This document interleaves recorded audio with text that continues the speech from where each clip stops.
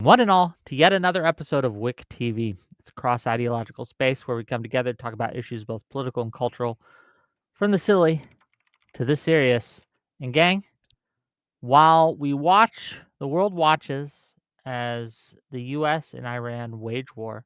I don't know if you guys heard, but unfortunately, Iran managed to down two of our planes today. They hit an F-15E, and they also hit an AC-10 or A-10, I believe. Um, Sad, very sad. They forced a couple helicopters to turn back, but they didn't down them. So who knows when this war will end or what will happen. But in the meantime, Ukraine and Russia still are in the midst of a conflict. And the question for tonight's panel is very simple. Should the US fund Ukraine in their war? And we have some great guests to talk about it. And I'm curious to see where this goes. I'm going to give the mic first to Kalinda to introduce herself and give an opening statement. And I'll give it to Mr. Lactoid, and we will go from there. Kalinda, please. Hi, yeah, I'm Kalinda. You can find me at Kalinda Live on YouTube. I am also on Kick at Kalinda as well, but I don't really stream a lot there yet. I'm kind of new to the streaming space, but I love history and geopolitics, and that's usually what I talk about. So I guess my opening statement is I think that yes, the U.S. should continue to help Ukraine because they are an American ally. They are also a NATO ally, and I think allowing countries to invade their neighbors sets a really bad precedent, and I think it would come back to bite America because it would destabilize Europe, and I don't think that would be good. America trades with Europe quite a lot, and it's better for America to be able to launch any sort of military action if they have to from Europe, like what they're doing in Iran right now. Really wouldn't work out particularly well if they were if they couldn't rely on being able to go to German hospitals or other places like that in order to like to get their wounded treated or to launch military stuff from their European platforms and whatnot. Yeah, that. Huh. And I also just don't. I think that it wouldn't be good because China might look back and think like, hey, well, you know what? Russia managed to get away with it, so maybe we can get away with it too. And I don't think that like appeasement has never been a good idea, and Russia is probably not going to actually they wouldn't stop at Ukraine. I don't think. Putin has made it pretty clear he thought that the dissolution of the Soviet Union was like the greatest like tragedy of the 20th century. Yes, actually, just that. None of the other really bad shit that happened in the 20th century. That is what he thought. So yeah, I think he wants to reconstitute the Soviet Union. He wants his empire back.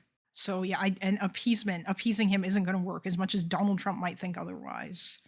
So yeah, I don't, and I also think that Russia's invasion of Ukraine was wholly unjustified, which I'm sure is what this debate is actually going to be about, rather than the other thing. But that's all. That's all I gotta say. Okay, well, thank you for being here, and I look forward to seeing how this goes. Lactoid, please.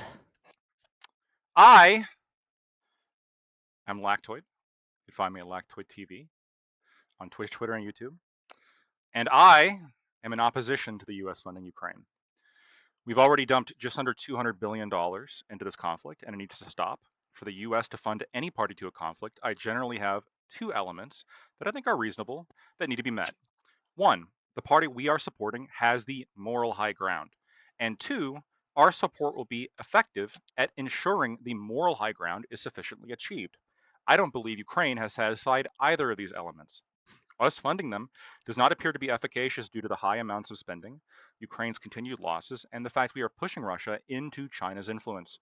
And I don't believe that Ukraine has the moral high ground given the current power structure's authoritarian tendencies and rejection of the self determination of peoples within their country, which has been a continued problem for Ukraine, but which escalated dramatically with the 2014 Euromaidan coup that I believe we're going to spend a decent amount of time here discussing. That's my understanding. Kalinda had a lot of problems with the way that the facts that I was stating in regards to Euromaidan. So um, yeah, I kind of want to start with that before we get into broader geopolitical questions as to um, what's more beneficial for America or not, because I think really unless you're just like an ultranationalist. I think really these moral questions do matter to you, right? What the moral questions about, like, which moral questions? The ones about Ukraine and whether or Yeah. not Russia had a right to invade? Yeah, About they Ukraine and what do. they did. That's honestly, I wouldn't want to have this argument with you if you weren't literally out here, like, just like basically justifying Russia's invasion of Ukraine. That's my main disagreement. If your argument was just fuck the US or like fuck them, it's none of our business, I don't think we should be there, then I really wouldn't, then like, okay, whatever, you're just a fucking libertarian person who is an isolationist. But that's not what you do. It seems to go Instead, against you your argue. intro. Yeah. Because in your Well, intro, you're talking about, and I guess what- hold on, if I may. So I guess the prompt that you guys set up, we're not doing that. I guess I'm not sure. No, we're not, because Lactoid rejected the prompt. I wanted the prompt to be. You accepted the prompts I proposed. Yeah, I did accept the prompt, but we already know what this debate is going to be about. You're lying because already. Every Ukraine debate, you make it about the revolution of dignity. So you agree to the Well, prompt. first, if we're not going to do the prompt, then fuck it. No, 10 no, pounds no, or we 10 euros. We are going to do the prompt. Prussian Okay, for that's Prussian fine. minutes. Listen, I just want the Hold on, conversation. let me make a Super little chats money already, Wick. Oh my Okay. god. $10 or 10 greedy animal. euros, I should say, from Prussian Menace to say thank you, Wick, for all that you do. Lactoid is my favorite person to dislike. Okay, that's it. I just want to make sure if you guys send me money to ask some questions, I'll put it in there. So just FYI. But go ahead. In your intro, you went into discussing how you think that it's overall geostrategic for America to fund Ukraine. Yeah, I do think that. But then you just said that you wouldn't bother to have this discussion with me if I was just simply, hey, America needs to be more isolationist. In fact, you only want to have this conversation with me because I think there's critical moral problems with the way Ukraine has behaved itself, which doesn't seem to line up with your intro at all. I had another part of my intro, but the problem is that I feel like the prompt that we have set up here is like kind of runs counter to what the conversation is actually going to turn into. Because every time you have a debate about Ukraine, this happened with Tim Pool. This happened on the last debate that was hosted on by Wick here between you and Lonerbox and Dylan. You make it about like Euromaidan and how Russia is actually justified in everything they're doing. Yeah, you specifically said multiple times that you want to discuss Euromaidan. Yeah, I did, but only because of the way that you frame it and the way you frame everything else about the war. Okay, so you wanted to argue about Euromaidan. Okay, are we arguing about Euromaidan? I guess. Look, here. Let me ask a question then to both of you. No, I want to ask. Hold on. I want to ask Lactoid a question. Okay, go for it. I guess. Why did Euromaidan happen, Lactoid? Why did it happen? Strong pro-West sentiments within the western part of the country, combined with stronger, kind of more leaning towards Eastern preferences in the east of the country. And there was a kind of similar to America, but not quite. There is a strong, like polarized kind of political split, especially in 2010, between the East and the West. And leading up to the unconstitutional coup of 2014. Revolution. Okay. Was it constitutional? I don't give a fuck about that. It was a revolution. You don't care about the rule of law? Yanukovych violated the Constitution. He literally outlawed protesting. Oh, actually, no. You know what? Hold on. Which I'm article? not going to let you do this. No, finish answering my question. I'm not going to let I you just do answered this. it. I'm not going to let you give it. I just answered it. I answered it directly. Well, you're wrong. Hold on. No. I answered it. I know your idols tell you I'm not going to let you do this. I answered the question directly, and now I get a question. So what I answered, just to remind you in case you forgot, was that the Euromaidan, until you asked me a question, and then you can answer why you think I'm wrong in your response. You asked me a question as to why do I think the Euromaidan coup, you call it a revolution, happened. And I gave you a very specific reason why I think it happened. Now, let me ask you directly. The people who initiated Euromaidan, the people who launched that, and the people who participated in it, and the politicians who voted Yanukovych out without, literally unconstitutionally, quite literally in violation of the Constitution, were they insurrectionists? Did they violate the Constitution and deny democracy to the people who elected him? I would not frame it that way, no. And I know that's what you want to talk about. What part of what I said is wrong, specifically? Yanukovych. And why? Yanukovych outlawed protesting. Are you familiar with the dictatorship laws that he passed? I The understand. anti-protest laws? I understand. Yes, I understand that in January of By the way, that the Ukrainian can I answer? constitution does guarantee freedom of assembly. Yeah, let me answer. So there is a asterisk when it comes to freedom of assembly. When the anti-protest laws or the anti-riot laws, depending on how you frame it, were passed in January of 2014, you had already multiple months of insurrectionists that were occupying government buildings, throwing fireworks and petrol bombs at police, and by January of 2014, were arming themselves. How did that? Hold on. Why did that start happening? Who escalated first? It's unclear who threw the first punch, but there was conflict between. No, that is not true. It's absolutely That is true. not true. What's the exact date that the first punch was thrown? November 30th at 1 o'clock in the morning, the Berkut went into Maidan and they violently kicked everybody out and they beat them up, and all of these people were unarmed. Okay, what happened. If I have an article, that's the escalation. If I have an article from November 28th, 2 days before you just said, about how they broke into and occupied a government building, would that change your mind? What? You just said the first punch was thrown on November 30th. If I have an article from November 28th, 2 days beforehand, about anti-government protesters breaking into and occupying a government building, would that change your mind? You seem to be very confident in saying November 30th. Can you show me this article? Sure. DM it to me. I can bring it up on the. I will. Yeah, I will DM. I will DM it to you. Put it in the Actually, sorry, chat the 25th. The 25th. So 5 days beforehand. My bad. Okay, do both. Send it both to the group chat or whatever, and send it to me, and then we can pull it up, and you can show what you want to show.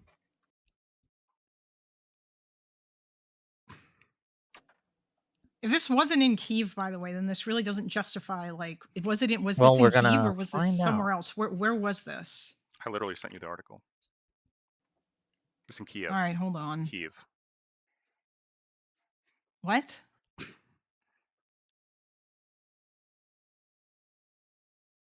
I'm not going to pronounce it the Russian way. I said Kiev or Kyiv, depending on how you pronounce it. Doesn't matter.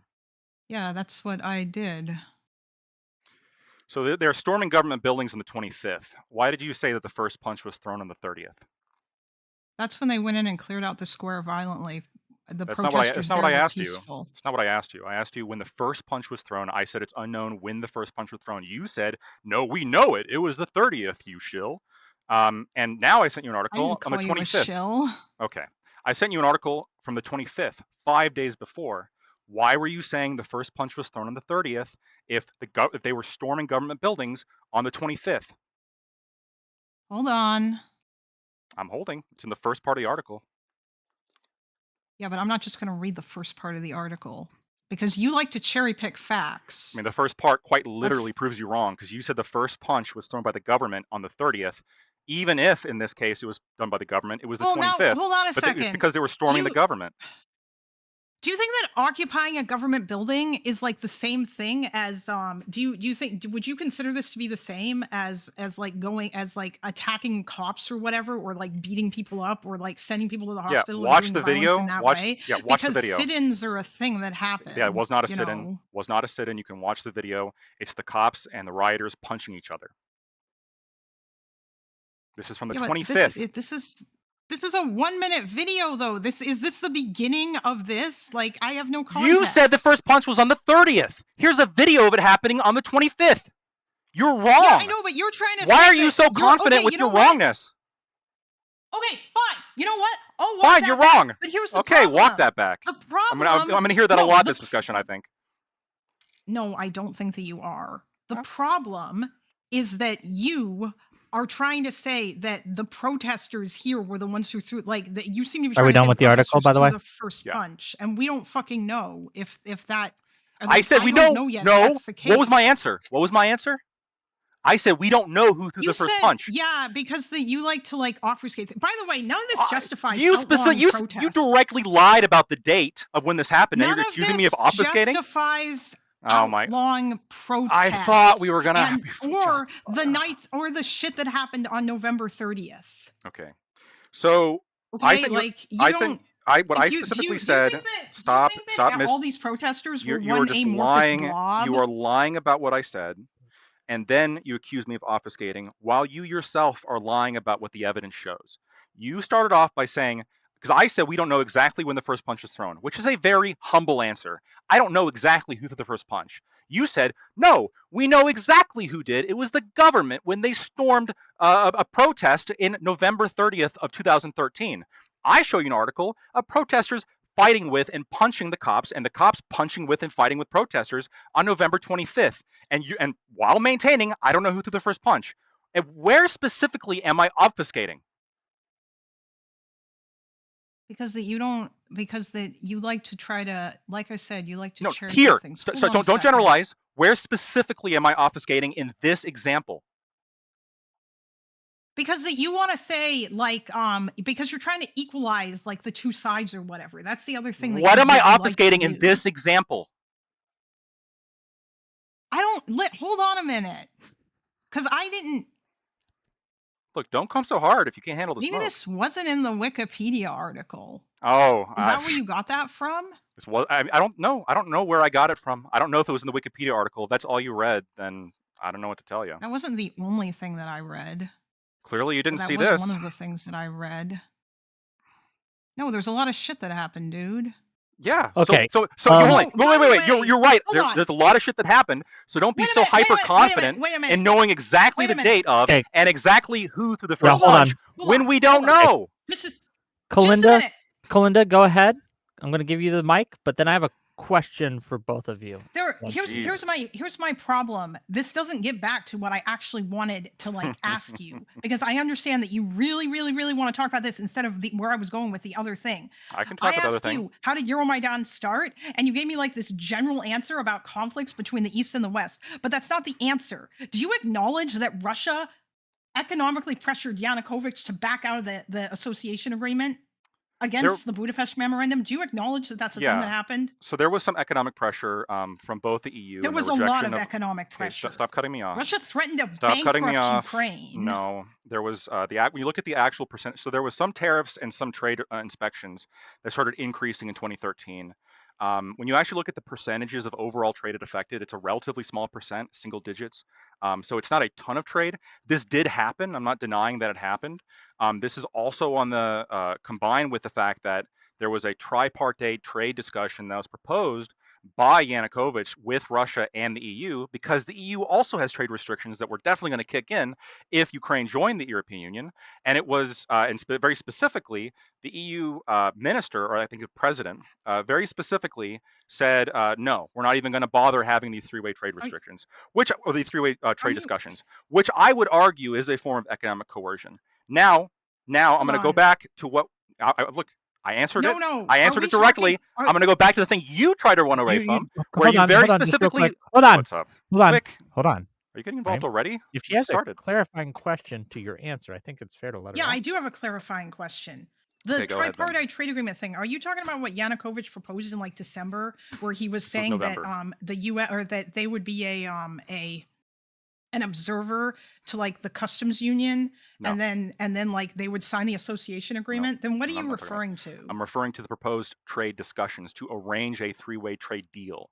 The trade deal was going to be between Ukraine, Russia, and the EU, because there are trade restrictions that Russia has with other countries. There's tariffs, there's inspections, there's things that happen, and vice versa. The EU also has tremendous amounts of restrictions on what can come in, the taxes on what can come in, VAT taxes, all sorts of different things. The Donbass, which is dramatically overrepresented in its reliance on trade with Russia, and also happens to be where, specifically Donetsk, where Yanukovych comes from and makes up his voter base, would have absolutely been economically hurt if Ukraine just joined the European Union without any kind of trade deal. Not just because of restrictions, not just because it was an association agreement. No, they couldn't continue trading with Russia. The goal was full accession into the European Union. Yeah, eventually. That would have taken years. Ukraine had to change a whole bunch of shit. No. The EU wasn't just going to let them in. The association agreement absolutely had trade restrictions. Ukraine still isn't in the EU. Yes, and they because they're currently at war. Agreement in like 2017. No, that's not the reason. They could absolutely join the EU. It's not because they're currently at war. They signed the association agreement in 2017. Why didn't they like immediately join? There was like multiple years between then and 2022. Sure. 2022. It takes a long time to join the EU. Currently, right now, the maximal Russian war goals include Ukraine joining the European Union. The accession agreement that was being pushed for in 2013, that was delayed. I mean, this was the whole point of Euromaidan to begin with, let's not forget, would have led to trade restrictions on Russia. It would, in terms of specifically being part of the EU and what they allow to and from Russia, but it also would have put trade restrictions, it would have led to Russia having trade restrictions, of course, because they also control their border in terms of tariffs and inspections. And yeah, this would have disproportionately hurt the Donbass. Is this enough clarification, Wick? Can I go back to the other bullshit she was saying? That's not like according to anything that I saw. Like, well, we all know you Russia don't read a could lot of the sources, continued- Yeah, apparently. you can. Russia could have to be real quick. continued to trade with the EU. Look, or with, maybe this was Ukraine. outside of the Wikipedia that you read, but I'm telling you, this is the No, case. it wasn't. This It would was have an led to trade association restrictions. agreement. It's yes. not the EU. This puts, first of all, it absolutely would lead to trade restrictions on the Donbass from both like the restrictions from the EU, but then also the restrictions from Russia. This absolutely would have happened. Regardless, whether it be a kind of exactly how long it takes, I agree. It's not exactly clear because I'm willing to say things like that. It's not exactly clear how long it would take. Maybe it could take a year. Maybe they could try to push it through. Maybe if Euromaidan hadn't happened, maybe they would have come to some kind of deal within a year. Maybe it could take in 2 years, maybe 3 years, maybe 4 years. Who knows? We don't exactly know how long that would have taken. What we do know is that joining the European Union would have led to trade, and not only the accession agreement, but the full European Union membership would have led to trade restrictions from the EU on Russia, and then also, of course, from Russia to the EU. Russia, of course, has the right, just like any country does, to control trade across its borders. We can tariff people. We can inspect goods that come through They don't have to the and right from. to economically coerce Yanukovych. I know. We can talk about the Budapest memorandum in a second. I know you think you know a lot about this. Well, no, that's now, not. It's important hold because on. that's the whole I know reason why it's he pulled important. out of the association agreement. Yeah, he pulled out of the or delayed it. Pulling out here, I want to be very clear, is he didn't say this is not going to happen. He's very specifically said, I want to delay this until. His feet. Okay, stop using these because terms. That Russia was very coercing hyperbolic, him. Dragging his feet. No, he did drag his feet. Can I By the way, finish? he was super Okay, hold on. about Hold on. There will be order in this court. You got to let Lactoid finish his statement, and then you can question and press him and all that, right? But Lactoid does have to have space to finish what he has to say. Sure.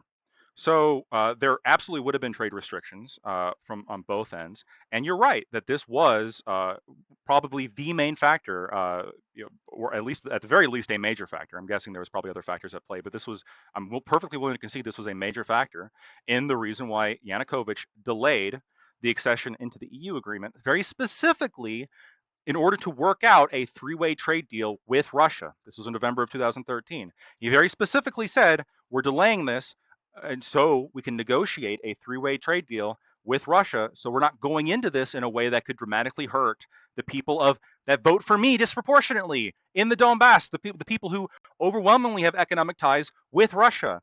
And what was the EU's response to let's even have negotiations? Let's even have three-way trade negotiations? No, we're not even going to bother. We're not even allowed to do that. We're not even allowed to have these three-way trade discussions. Now, I think that is a portion of that is also economic coercion, but I mean that's up for debate. Okay, yeah, go ahead. I mean, did the EU sign an agreement that they wouldn't economically coerce Ukraine, even though like that? Also, hold on, wait a minute. First of all, it's not an EU like ascension agreement or whatever. You keep saying that it's accession. It's an association agreement. It's not the same thing. It's an accession agreement. They're very specific goals for Ukraine to join the European Union. Yes. You're saying that because you want to make it seem like Ukraine was like on the cusp of joining the European Union. They were on the path. They signed this thing. It would put them absolutely on the direct path. It takes years. I don't know how long it would take, and you don't know either. Why are you so confident in all these claims when you're just demonstrably wrong? I kind of do. Okay, exactly how many years? Wait. Exactly how many years? Exactly how many years? Or something stop. Exactly how many years would have taken Ukraine to join the EU? Go ahead and tell me why you know that. I don't know how many years, but I know that it takes way longer than you think. We don't know. You think it was going to take like 2 or 3 years? Ukraine, you I do don't realize know. that there are certain requirements that you have to meet in order to join the EU. Yeah, I understand. By the way, we don't know the speed that Ukraine could have. Hold on, Lactoid. You gotta let her finish. She let letting you finish. Yulia sort of. Tymoshenko You gotta let out her of finish, prison. Tymoshenko. Gordon. Yeah, go ahead. Letting Yulia Tymoshenko out of prison was one of the EU's demands. The EU would have had a whole bunch of shit that Ukraine was going to need to do in terms of cleaning up their corruption. And this is the kind of shit that would have taken years. They required the same thing of Hungary when they joined the EU. They weren't just going to turn around and let them do it like in 2 or 3 years after they signed that agreement. It would have taken years. And yes, my understanding is that Ukraine was still going to be able to continue to trade with Russia. Also, Yanukovych was pretty gung-ho about the association agreement up until like November. He was talking about it. He called all of his everybody from the Party of Regions to a meeting, and people went and they spoke about this afterwards to Reuters. Reuters did this really good, really interesting big piece about like Yanukovych and everything, where he was like yelling at these people about how we're going to sign the association agreement, you guys. And like there were people who were mad because yes, people in the Donbass did have very real economic concerns about like Ukraine potentially joining the EU, and they were worried about like austerity and measures and all that other shit that the IMF and whatnot might impose upon them. I'm not going to say that that's not real. Obviously it was real, but like I'm just saying Yanukovych did this really weird about face all of a sudden, and it was clearly because that Russia was like continuously like fucking with him. He probably would have signed the agreement if Russia wasn't like economically coercing him. So you kind of have to acknowledge that the Euromaidan occurred because of Russia. Can I respond, Wick? Of course. Okay. So regarding this path to the EU thing, you don't exactly know, and I don't exactly know, which I've said the entire time, how long it would take. We don't know what kind of things the EU would kind of waive, kind of other demands that they would make to join the EU. If they would choose to waive any of those, they do that for certain countries. When it comes to what sort of ones they'd stick by, how long it would take Ukraine to comply with any of the demands from the EU in terms of joining the EU. We don't know the timeline.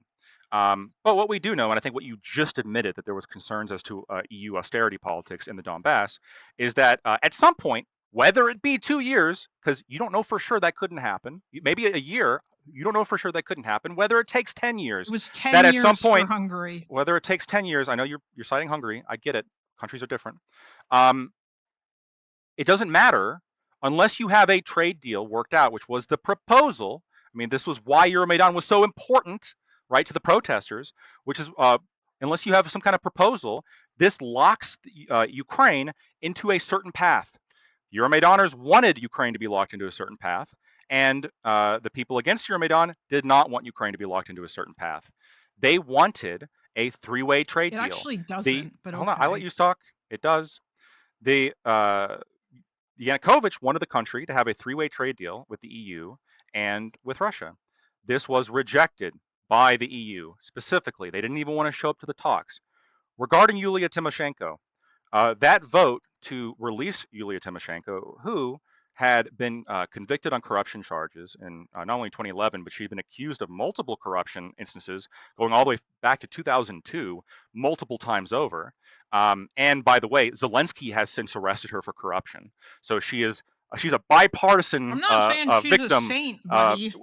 Sure, but maybe that whole hey, she's doing corrupt shit. If Zelensky's currently arresting her and Yanukovych is currently arresting her, maybe she's doing fucking corruption, dude. Regardless, the Verkhovna Rada had 3 separate votes on whether or not to let Yulia Tymoshenko out of prison. All 3 of those votes from the legislature failed. This wasn't Yanukovych saying, I will never let Yulia Tymoshenko out, no matter what the Verkhovna Rada says. The Verkhovna Rada specifically did not vote to allow Yulia Tymoshenko out. So the reason why this is important is because you quite literally have the EU. You have the EU making demands to Ukraine about their internal corruption legislation and which convicts they have to release, when the democratically elected body, in this case, the Verkhovna Rada, had 3 separate votes on this and voted it down every single time. I agree with you. This was a barrier when it came to the EU, but it's not like you can look at the Yanukovych and say, well, this is really bad regarding what he did to Yulia Tymoshenko. I'm not saying it's much more complicated than that. Okay. Hold on. Just a second. Can I just? I guess I'm I not won't ask saying questions. Go ahead. Yeah. I'm not saying that it is his fault. The reason why I brought that up is because it's an example of something that the EU imposed. Now, I don't care that much about Tymoshenko, which is why I didn't look into whether the charges are bogus. But the EU seemed to think that Yanukovych imprisoned her because she was his political opponent, and they thought the charges were bogus, and that's why they wanted her to be released. And that was something that they asked for. And also, That's not why they wanted her I can released. paste this article here. What? They wanted her released because she was Why do you- ultra pro-West, and is. Okay, you can say that if you want to, but that was the belief, that they thought that she was imprisoned for her politics. But anyway, as far as I don't know why you were going on about that. All I'm saying is that it took Hungary 10 years to get into the EU, and I know these countries are different, but Hungary had a bunch of corruption issues too, and of course now they have corruption issues again. But the EU has requirements in order to allow you to join. And Never denied that. it's not. I feel like you ignored everything I just said regarding this. What about Tymoshenko? No, or about everything people I in the said East and the about West? the economic concerns that you seemingly admitted to prior on the Yeah, east I part do. of Ukraine. Yeah, I agree that. So if this happens and Yanukovych has his power base in the east, why would he not delay the agreement until they can get some kind of three-way trade deal with Russia?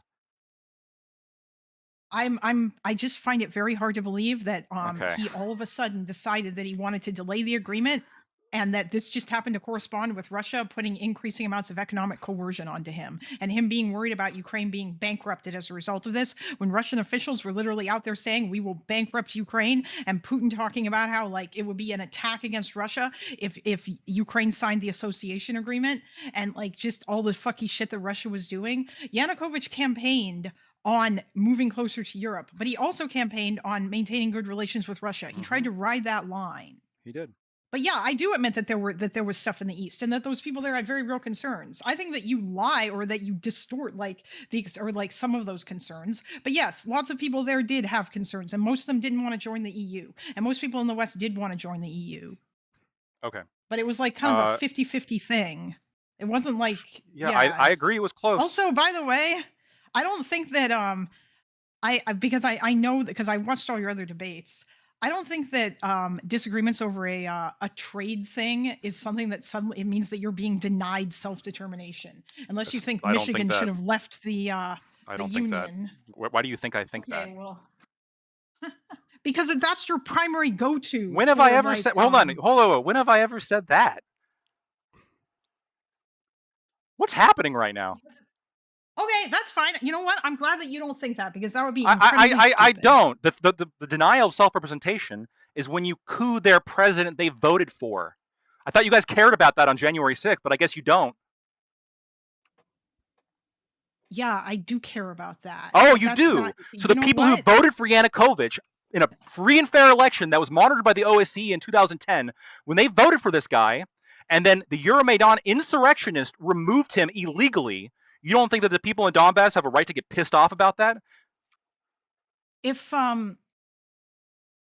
Joe Biden hired a bunch of Antifa super soldiers and set them loose on MAGA protesters and had them get shot in the street and tried to outlaw protesting, I don't believe for a second that you wouldn't be out there wanting him removed from office. Ashley Babbitt was shot. Violence if necessary. Ashley Babbitt was shot for storming the legislative building. She was shot climbing through a window, dude. Come on. Yes, and the people in Ukraine were shot storming the legislative building. First of all, if you talk about the Maidan massacre, they were literally storming. Do you want to go through this again? And I can give you articles about how they were, with petrol bombs, about how the time specifically of the so-called Maidan massacre, they were storming a legislative building and that 13 police officers were killed. I mean, we can go into all this. I think 108. So, okay, thank you. Yes, and why are you acting like the cops are the victims? And on January 6th, more protesters were shot than cops too. Ashley Babbitt was shot. I understand the police's argument. Here we have somebody who's storming the legislative building. Let's imagine for a second, January 6th was as bad as the most hardcore Democrat portrayal of it. Let's just imagine for a second. And there actually was a successful coup in which they stopped Biden, who had freely and fairly won the election, and they stopped him from taking power, and they reinstated Trump for another term. I think at that point, California probably would have a good argument for leaving the Union. Yeah, in the same way America had a good argument for leaving the UK when they didn't give us representation. You want to tax us? You got to make sure our vote counts too. So, I mean, if you're all about, well, countries can't leave, nobody can leave, do you think America should have been able to leave the UK? No, I'm not. I'm not all about that. That's not what I Oh, think. I have a oh, very wow. clear line for Can where I I morally think that countries should be able. Hold on a You, sec. you don't think Wait. the USA should exist then? Yeah, I do think the USA should exist. By the way, if in that scenario that you just stated there, I also think that people would have had a right to go out into the streets and fight to remove Donald Trump from office rather than just California being like, well, fuck it, we're out.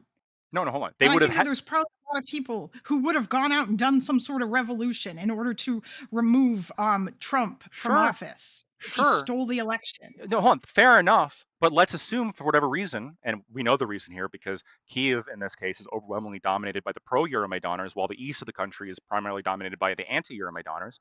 Let's imagine for a second that, for whatever reason, MAGA cemented a firm hold over Washington, D.C., and they were able to control the White House and the legislative building, and then they replaced part of the Supreme Court with their sycophants, which is literally what happened in Ukraine. Yeah, if people in California didn't think that they'd be able to come in and stop that, or they didn't think they'd be able to come in and overturn that, I think at that point they have a very strong argument for leaving the union. Look, their vote was denied. Their self-representation was oppressed. They had a say in an election, and somebody comes in and then just undemocratically, unconstitutionally takes away that voice. I think that is a perfectly fine justification for an area to say, fuck you, we're leaving. This is what happened when America left the UK. They didn't want to give us a vote. You wanted to keep on taxing us? Fuck you, we're leaving. This happens with Crimea and the Donbass. You want to take away the person we elected for, take away our representation, and still take our taxes? Fuck you, we're leaving. And that's what happened. Crimea had a vote, and the Donbass had a vote for autonomy, and there's multiple polls on this that demonstrate that they did not want to be under the rule of Kiev. So let me ask you very directly once again. You do you think that those the East referendums were not yes, bogus? I Okay, don't think they are because they match all the polling both before and after by the UN, by Pew, by Zoyce, by all of these Western pollsters. Yes. 96%. What was it? 96 or 97%. One of Yes. Crimeans wanted to join Russia Of the because that's people what they voted of in the that. people. Yep. Of the that- people that showed up. It was About 80% It was showed like up. 86% of the people that showed up. 80. Okay, please show me the poll that says 96% of Crimeans wanted to leave Ukraine and join Russia. Because there's no poll like that, I promise you. So there is a poll. I've looked at these polls. Yeah, there's a poll. So the best quality data we have is from 2009 to 2011, in terms of before the Crimea leaving. Yeah, you're gonna mention the EU poll, and it's 60%. No, I said isn't UN. it? 60%. No. Yeah, sorry, the UN poll. Yeah. Yeah, so, I know. I've seen this poll. It's the one that's on Wikipedia. Right. Now, of course, this is before Euromaidan. Just keep in mind, which maybe the people of Crimea are going to be a little more upset. That was 60%. This was multiple years before Euromaidan, and maybe Euromaidan would have pissed off the people there enough to say, "Yeah, fuck, we really do want to leave Ukraine." I reject your framing. I know you reject it, no, but we have polls from immediately afterwards. Okay, Stop. Okay, both of you, please. Stop saying both of me. Both of you. I was in the middle of talking, and she's talking over me. I know. Hold on. Neither. My audience cannot hear either of you because you're talking over each other. Finish up, Blacktoid, concisely, and then let her respond. Go ahead. Sure. So the United Nations poll from 2009 to 2011, it's years before Euromaidan, and it shows I think 14% of Crimeans would vote no to leaving and joining Russia. Like 63 or 64% would vote yes, and then the rest were undecided. So we already have only about 14% being a firm no already in 2011. Now, then Euromaidan happens, in which the president that Crimea voted for overwhelmingly gets unconstitutionally removed from power. And then there's a vote. Obviously, the Russian military comes in, combined with Crimean self-defense forces that are there. They take control of the peninsula, and they have a vote. The vote percentages aren't actually all that different from what the Western pollsters recorded only 1 month afterwards, when they went in and they polled people in Crimea. So I will give you the poll from 1 month afterwards from a Western poll source. I can't remember if it's Pew or Gallup, but I will send that to you. And it shows the amount of people that are yeah, we actually agree with this is like 94% or 96% or something like that. So just give me a second, I'll find it for you. Okay, go ahead, Kalinda. Okay. Have you read? I know that you like to cite Human Rights Watch and Amnesty reports. Have you read any of the UN reports about what life is like under Russian occupation in both Crimea and Donetsk and Luhansk and Kherson before it was free? Have you read any of those? Yes. What does this have anything to do with the votes and the self-determination of the people that live there? Oh, you're Because jumping ahead. You're jumping well, ahead. Let's stay specifically on this topic, did and ask then we can her- jump no, ahead. hold I'm on, you did not ask- hold jumping on, ahead. This Blackwood. is You asked her a relevant to question, your let her answer. arguments. Wait, no, I'm very specifically citing the people there and the self-determination of what they want and the polls and the data we have. Now she's going to Human Rights Watch.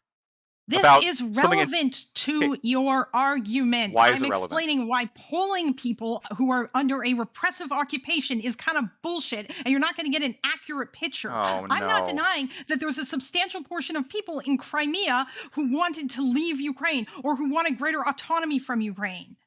But I am denying that it was like 96% of the fucking people. And if you think that I'm going to believe, when Russia set up an exceedingly like repressive atmosphere, they also brought a lot of their own people in. You're not allowed to speak your mind. The Crimean Tatars like political organization was fucking banned. People were like arrested and tortured arbitrarily. They imposed Russian law on the peninsula. I'm sorry, but no, when you're under that repressive regime where like the only media you have access to is Russian approved media and your internet is censored, then yeah, I think it's kind of bullshit for me to, if you expect me to believe, oh my God, these people were polled and this polling was accurate, because totally everybody felt free to speak their mind. They fucking didn't. So here's what's happening here. Here we go. This is from May 8th of 2014. I'm going to post it anyway, I know even though I've seen the I understand the polls that you're referring to. I'm sure you do. Okay, so that's it's from Pew. Now I want to point out here's what's happening. Okay, so we have a at this point you're just ignoring what I'm saying and you're just like rattling off like pre-memorized parroted dogma is what you're doing. No, let me finish. You need to answer what I just said. Let me finish. You need to explain why polling occupied population is legit. Wick, come on. I'm specifically going to refer. I'm going to answer this very directly. I'm just explaining to the audience what very specifically is happening right now. Okay, what's happening is I have a UN poll from 2009 to 2011 that demonstrates that only 14%, as of the last poll, it was in 2011, of people in Crimea would vote against a measure to leave Ukraine and join Russia. Then I've cited the actual referendum results where, yes, it was like 96% or somewhere around there, but only 80% of people in Crimea actually showed up because it was boycotted by the opposition. So really, we can assume that a large part of that 20% that didn't show up and vote, a very large part, would have voted no. So if you assume that, because again, it was boycotted by the opposition very explicitly, if you this actually might be in the Wikipedia, it's about like, so you could estimate maybe it's like 20 to 23%. Boycotted it. Yeah, okay.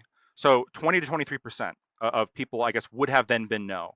So when you look at it then, it's like, okay, so 23 or something percent, 22, 23% estimation. It's actually not 96% of people voting yes. It's more like 77, somewhere around there perhaps, which actually that 77% is not far off of what the UN 2011 polling was. And it is also very close to what I just posted, the Pew data in which they went in May. You are just going to say, well, we can't trust the data that was gathered in May of 2014 because they're living under Russian oppression. So we just have to ignore the Pew data. And then I guess we also can't trust the referendum results because, hey, the Russians were there. And then I guess we also can't trust the EU results because I guess they were done poorly, I suppose. I'm literally giving you like just all the evidence there is from reputable sources like Pew and the UN, and you're going to have some bullshit reason as to hand wave them away. Every time. Okay. I'm not. To Kalinda, let her respond. Go ahead, Kalinda. Okay. No, I'm not. I'm not denying these UN polling numbers, although I think it's kind of bullshit that you are cherry picking out the yes and no shit for if the referendum were held to join the Russian, when you look at when they're given more choices, then the number goes down. You said you watched the debate with Dylan. I literally went over this on stream with Dylan. Did. Hold on. So what was my response? finished had some too. bullshit response to that What was I it? was not convinced by what you said. I don't remember exactly what it was. I was actually rewatching that before this started, but I did not get to it. But So I'm not just cherry saying, it picking. said like they gave you different questions. They were given different questions though. Okay. Like I when given more options, then the number of them who chose to become part of the Russian Federation decreases. Mhm. So I had a response I'm to just Dylan. saying. I understand you're just saying. You said that you watched all my debates. In fact, a large portion of the debate I had with Dylan Lonerbox specifically was going over this specific data. The poll in question, the UN poll in question, has multiple questions. You're right. The first question is straight up: if you could vote today to have the peninsula of Crimea leave Ukraine and join Russia, how would you vote? Only 14% said no, over 60% said yes, and the rest, like over 60%. I don't remember the exact percentage. I think it's 64, but I could be wrong. And the rest of them were undecided. Then there's more questions on the poll. You're right. When you break it down, there are more questions. We can, if you want to, Wick, we can bring up that section of the poll and go over it all again No, right we don't now. have to. I know we don't have to, because when you look at the other questions, all of them indicate some preference of Russia over Ukraine if other options aren't available. So the number one option is just straight up joining Russia directly. There are other options, including being a separate country. This is also a different option.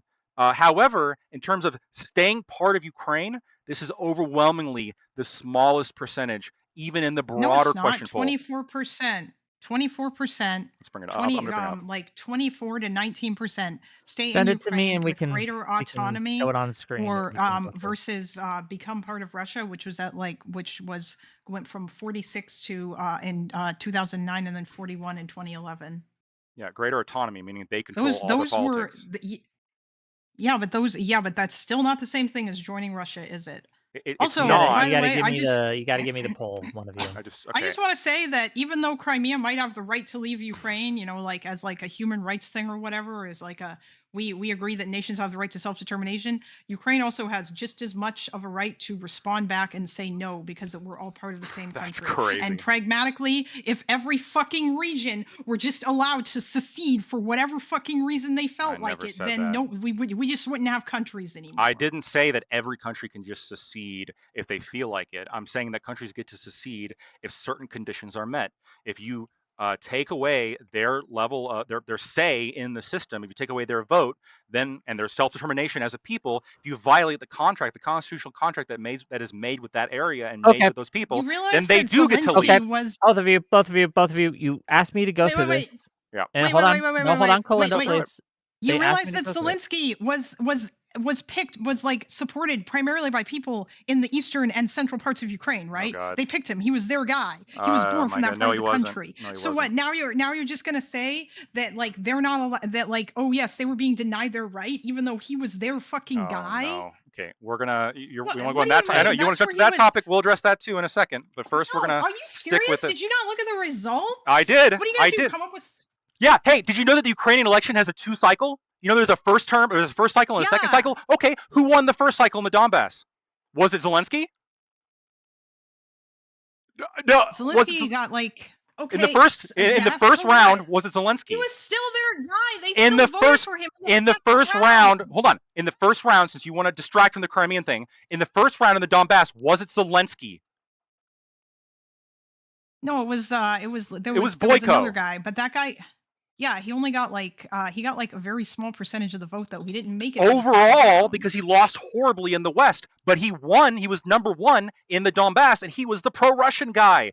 And then in the second round of elections, because he's eliminated now, you have it between Zelensky and Petro Poroshenko, who is far more right-wing and far more like a nationalist than Zelensky was at the time. So of course, a pro-Russian is going to prefer Zelensky to Petro Poroshenko. But in the first round of voting, they voted for Boyko, who was a pro-Russian guy. Zelensky was also talking. Yes, people in the Donbass wanted to be closer to Russia. It doesn't mean they wanted to join Russia. Okay. Yeah, I know you so think these let's things are talk the about same, the but Crimean. they're not. There's no one. No, you said Zelensky's their hold guy. Hold on, all of you. Well, I mean, he was all of though. you, He was all of also you. like the peace candidate Kalinda, too. please.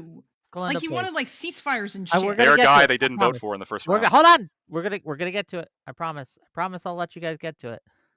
But you But guys they did vote for wanted him. to argue with this, and I do want to go When over the it. other choice was Petro. Bring it up. If a Oh, I'm render, so here was the sorry. here. That's how democracy Okay, are we not works. doing this? I No, we're guess. doing it. We're doing it. Bring it up. Am I just chopped liver over here? Is no one going to Bring listen it to up. me? Go Bring it ahead, up. Wick. Fuck. Okay. Sorry. If a referendum was held on the annexation of the autonomous Republic of Crimea to Russia, how would you vote? Mm-hmm. And then they have several quarters here, Mm-hmm. from the years 2009 to 2011. Yes, in 2009 was 70, and it goes Mm-hmm. into 2011 it goes to 65.6% of yes, 65.6. 14.2% saying no, and 20.2% undecided. Sure. Then when it breaks down, You're going to scroll out a little bit in order to get all this yeah, data. give me a second. God, where'd the poll go? It's further up. And I know, Okay. yeah, when you make it bigger, it fucks it up. Yeah, whatever. You guys got. Sure. I'm trying to get it so you guys can read it, but Yeah. we're just gonna have to go through So it. So when there's different can I explain what it opinions, means? hold on, no, Oh God. hold on, let me read it, and then you guys can debate about it all you want, but you're gonna let me read this out. There are different opinions about what status should be optimal for the autonomous Republic of Crimea. Which of the options below most closely matches your views? In your opinion, the autonomous Republic of Crimea should be, and then again, they have a bunch of votes. We're going to use the 2011 one. 41% say become part of the Russian Federation. 11% say become an independent state. 19.1% says stay in Ukraine with greater autonomy. 12.4% say stay in Ukraine with the same level of autonomy. 0.1% say stay in Ukraine with the reduced autonomy. 6.1% say become a normal region of Ukraine. 2% say become a region under the direct control of the president. And 8.3% are undecided. That was the last, I guess, data collected by this. Yes. Can I Okay. clarify a very Yeah, important thing? so The first question and the second question are both part of the same poll sent to the same people. yeah, I know. Okay, good. I know. I'm just saying, when given greater choices, like the spread changes. So it doesn't necessarily mean that they were all gung ho about joining Russia. Now let me respond. That's all I'm saying. Yes, let me respond. So when you look at the second question, so you have the first question very specifically about if the choice is put forward to you today, would you vote to leave or not? Then you have those percentages, and then the second question breaks down what is your most preferred outcome. So we have 41% of people who are saying very specifically, if I could have any option I wanted, 41% are very gung ho, we're joining Russia. 11% said, well, if I could have any option, I'd want to become an independent state. But if I can't have an independent state, I would want to join Russia. Do you understand why that's the case? Yeah, I do. Okay. And then you have 19% saying sure. they would prefer to stay in Ukraine with greater autonomy as in terms of control of local elections, control of local education policy, all this. But if I can't have that, I would want to join Russia. Do you understand? Yeah, I get that. But Okay. like again, that doesn't I'm saying that still doesn't mean that they're all gung ho about joining Russia. And No. also again, at the end of the day, and I'm sorry, but like I don't think that this whole thing about, oh man, the supposed coup for a president who violated like the freedom of assembly provisions of the Constitution, this now suddenly means that all of these parts of the country just like get to leave, even though, by the way, again, Yanukovych campaigned on greater integration with Europe and also on like keeping up good relations with Russia. Yeah. And he was moving along the association agreement. Yep, you're He deflecting probably now. would have signed Are we it done with absent the? Russian pressure. Yeah, in a second. So what that polling demonstrably shows is the people of Crimea did not want to be ruled by Kiev. They didn't. They were overwhelmingly willing to go to Russia as long as they didn't have to be ruled by Kiev. Autonomy means not being ruled by Kiev. That's what that means. What do you think autonomy means? They weren't really being ruled by Kiev. They had like their own constitution and whatnot. No, that constitution was abolished in 1995 when the Ukrainians invaded, and they formed a new constitution, the 1996 constitution, that included Crimea. They didn't They have their still own. had their own. No, Yeah, not they at the did. time. They had a constitution. Hey, just to Okay, be clear, Hold gang, in on. about 5 minutes, I'm gonna read super chats to that's both of great. you, and I am gonna do that, Okay, and okay. we So are I going to go okay. through that So I portion of wanted this. to because you were deflecting a little bit when we had the poll up. You started going back to, well, I just don't think it. The people have the right to self-determination to leave if their guy gets cooed because of the quote-unquote dictatorship Yeah, laws in because then I January of don't. 2014, the right to assembly. Once again, I tried to go back and address this, but then you want to talk about trade policy because I guess that was next on your list. Um, the reason why I don't it's have a important to list. establish the reason why it's important to establish that there were riots, there was people who were armed, there was cops that were being attacked. This was a this was a full-on insurrection at this point in January. Absolutely, the president does get to restrict freedom of assembly during these times. Currently, there are assemblies that are declared illegal in America, for example, where you have the freedom of assembly, but you don't have the freedom to riot. The governor is perfectly allowed to say, hey, you guys must leave the area. There's people breaking shit. There's people occupying government buildings. There's people throwing firecrackers. There's people attacking cops with sticks and petrol bombs. You guys have to leave. This is an illegal riot at this point. In America, we do this, and we have freedom of assembly. In Ukraine, when these laws were passed, and when Yanukovych was proposing this in January of 2014, the insurrection was completely underway. And as I showed you before, they were occupying government buildings as early as November 25th of 2013. So we have people who are occupying government buildings, rioting and destroying shit. And yeah, they say you guys have to vacate, you guys have to disperse, you guys have to leave because of course. That does not mean if a lawful order comes down, you guys have to disperse because you guys are rioting, occupying government buildings, and destroying shit and attacking cops. That does not mean that you get to coup the president. And on top of all that, they didn't even cite that as the reason why they got rid of Yanukovych. They made up some dumb reason saying he fled, despite the fact he was still in the country. Yeah, because they probably didn't want to. Because they probably. There was a bunch of reasons. Also, Yanukovych did leave, and he didn't really say anything about where he After the was vote, going. He snuck out. No, it wasn't. He he was on left Kiev TV. before the vote. Hold on. He was Yeah, on I know that TV he was on the on 22nd. TV. Yeah, Yes. and they had the vote on Yes, the I know. 22nd. I'm aware. Yeah, I So know. When he said that he wasn't going to resign, yeah, in Kharkiv. So they which knew he was in Kharkiv.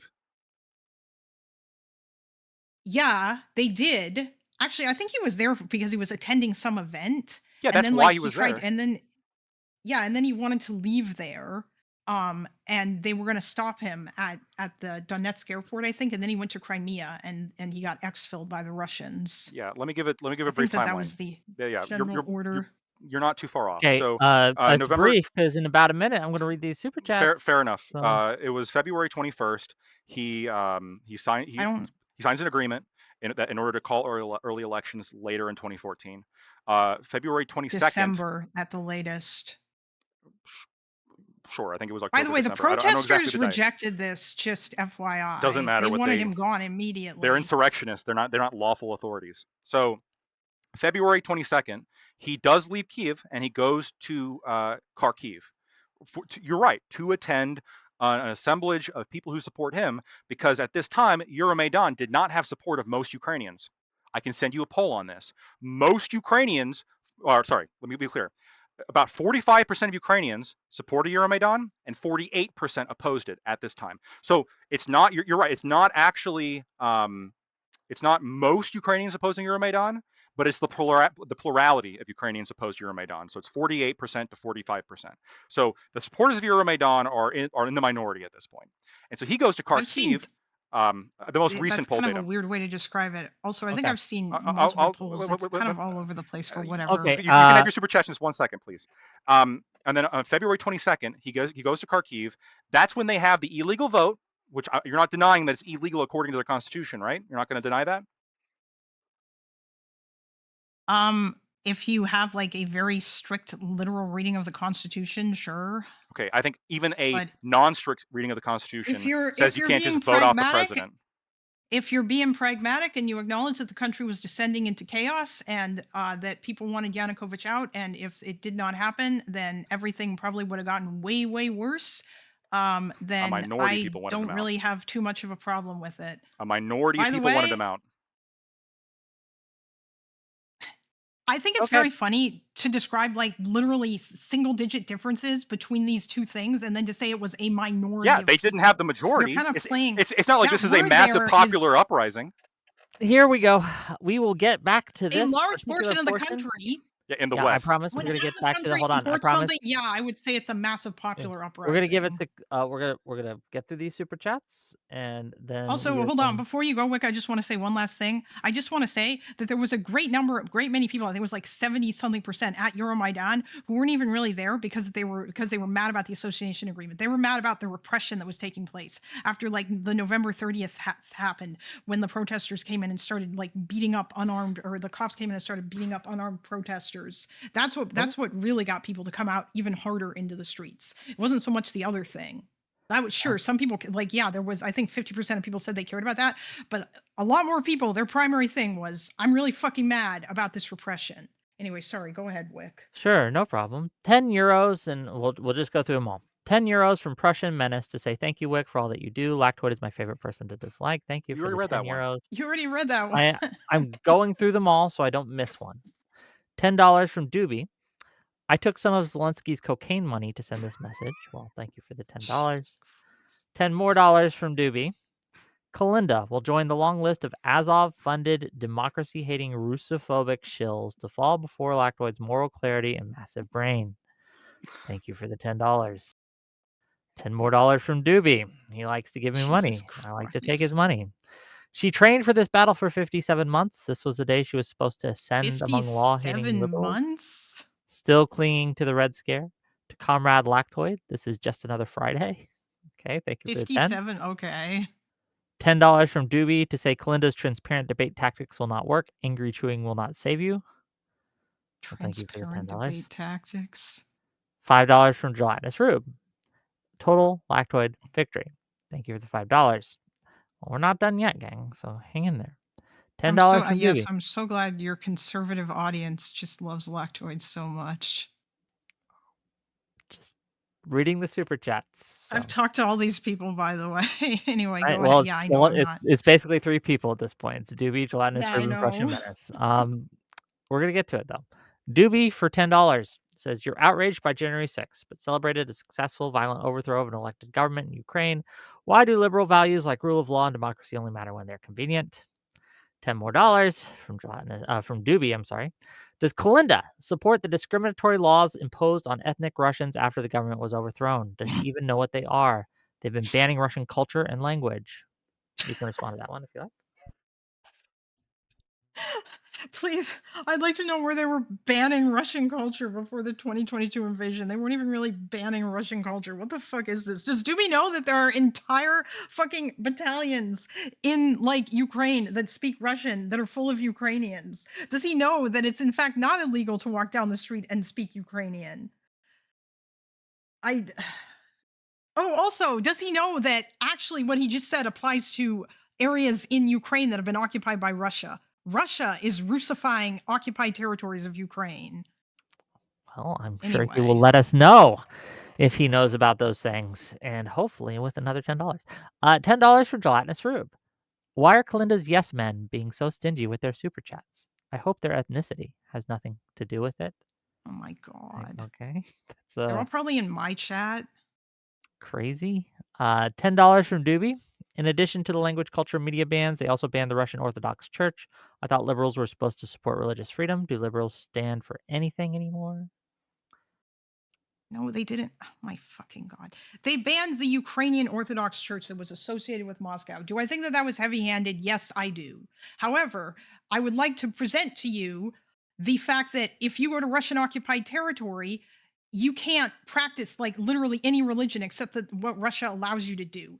Okay? And if you try to give sermons in Ukrainian, you're probably going to get arrested and have the shit kicked out of you.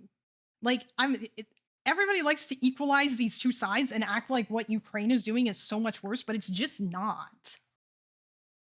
And also, by the way, there is also like a Ukrainian Orthodox Church that's basically not the Moscow edition. That's basically the same shit as like the one that they banned. So like, there's not really much difference between the two of them. So I feel like this isn't particularly relevant. Ukraine is actually pretty good about religious freedom, especially compared to Russia, especially compared to Russian occupied territories. Okay. $5 from For an Kung. Eastern European country, at least. You're fine. Can I respond to $5 some of the things Kalinda said, or do you want to make it through super chats? Let's make it through super chats. But take a note, then I can Sure. let you. Okay. Sure. $5 from Kung Fu Joe. White Christians are fighting and dying on two fronts, but Netanyahu and Zelensky are neither. Pattern recognition, y'all. Thank you for the $5. $5 from Audacity to say Alice 2 ain't doing so good. $10 from Doobie. The language ban started in 2019. Thank you for confirming my suspicion. That wasn't a language ban. That you only did research on the pro-Ukraine narrative. Okay. And $5 No, I didn't actually. For W Lactoid, parentheses, I love Ukraine. I just also like Lactoid, end parentheses. Close parentheses, I should say. And with that, the super chats are good. Now you said I do want to give the mic to Kalinda first, so because I did say I'd give it to her after super chats. But then when you get the mic back, Lactoid, you can address any points you like. So Kalinda, well, let me ask you this question, I guess, since I've had questions to maybe drive this conversation into a direction, but we'll see. Kalinda, let's just grant for the moment that Ukraine was in the wrong. Euromaidan was in the wrong. It was unconstitutional. Would that even change your opinion regarding the legality or the justification of this war, or whether or not the U.S. should support Ukraine? And it also wouldn't change my opinion that Russia was wrong to come in and invade Crimea, or that Russia was wrong to go into the Donbass, because all of that is bullshit. This stuff, like even if Euromaidan was wrong, none of that justifies Russia intervening or whatever. Elaborate on that. I would say the only thing that ever justifies a state invading another state or sending in their troops or whatever in order to like support secessionist rebels and whatnot would be like if there was like fucking genocide going on or something. And even though Russia tried to claim that, there was not genocide going on. The UN found this. There are UN reports that talk about this. And yes, they discuss the fact that Ukraine was, especially in 2014, in fact, committing human rights violations against civilians in Donbass, and that Russia was doing the same thing. All the human rights reports that Lactoid likes to cite, the Amnesty International and the Human Rights Watch and all of those ones, they all say that that Russia was also doing really bad shit in those in the occupied separatist controlled territories. Russia had no right to intervene here. Russia tried to claim that there was a genocide of ethnic Russians going on, but that was like bullshit. And the UN said that violence specifically against Russian speakers was heavily exaggerated. Anyway, I have a lot to go through. Okay. All right. So I think it's kind of telling. I hope people caught this when somebody said, "Hey, there's like a bunch of language and culture bans," and Kalinda scoffed. She was like, "Ha, that wasn't even happening before 2022." What about since 2022, Kalinda? Absolutely, it's been happening. There are there are multiple bans on. For example, in 2023, a particularly strict version was passed in Kiev called, it was a ban on cultural language product, Russian cultural language product. That is specifically what is banned. You are not publicly allowed to sing Russian songs unless the artist very specifically is put on a whitelist that the Ukrainian government approves of. But the language is the thing that is banned. Right? If you want to sing a song in Russian, this is not allowed in public. If you want to read a book in Russian, this is not allowed in Kiev. If you, in public, it is absolutely, yes. Do you not know this? Do you not know that these bans currently exist in Kiev? No, it is not as restrictive as you say that it is. Do you actually think that like no one can, do you think no one can speak Russian in public in Ukraine? So that like if people talk to each other in Russian, that they'll get arrested? No, they won't get arrested. It is very specifically Russian language cultural product. It is targeting the Russian culture here, the Russian language cultural product. This targets books, this part targets media, this targets songs, this targets movies, shows, all of these things. You cannot play that in public in Kiev. That is all of against which you the can law. Still have in the privacy of your own home, by the way. Yes, in the privacy of your own home. Hold on. But this is a ban. This is a ban on Can I public can I just presentation based on a can I cultural under. can I No, just no, you say, can in just a because second. It's a ban on something based on the cultural underpinnings, the Russian cultural underpinnings. This is scary. This is like motivated in some respects if you're targeting the culture of another people's. This is some ethnic supremacy shit going on. Why is it okay to ban Russian language cultural product in your capital city? Go ahead, Kalinda. can I answer now? Yes, go ahead, Kalinda. Okay, first of all, and because I did say when I was doing my research into this, okay, no, I was not just spewing all the Ukraine talking points like Doobie said. I did do a bunch of research into this, and the conclusion that I came to is that yes, in fact, there are things that Ukraine has done that I find to be heavy-handed, and this is one of them. I think that this goes too far, and I do not like this. However, I want you to now hear. I want to hear you tell me that this is worse than what Russia is doing in the occupied territories to Ukraine or to the Ukrainian culture and language and the Russification that's going on there, because there is still no difference, and there is nothing you can point to that Ukraine has done that is worse than what Russia has done. You are talking about a country that has, for the last like 300 fucking years, basically forced its culture upon its neighbor and tried to erase its language and moved Russians in order to Russify them. And now you're mad, because that, oh my God, they're like trying to do something about this. Do I think they're going too far with it? Yeah, I do. But if you think that this is worse or the same as what Russia is doing, then like you are delusional, and I don't think you live in reality. Okay, I'm glad you don't think I live in reality. I've consistently proven you wrong, or on every contention that we've had. I've been able to explain and go into, despite the fact that I think Can you you said before acknowledge this. that what Hold, Russia is can I doing please? is Can, Hold on, hey, hold on, hey, hold on. despite the You gotta fact that, let yeah, Lactoid finish, but I would like you to answer I'm her going question. to answer. You know, I'm going to answer with this entire fucking debate. I've answered. Yes, sometimes I'll give a preface, but I have answered every question. The preface here is yes, I do know about what's going on in this conflict. I know that you said I don't, but I do.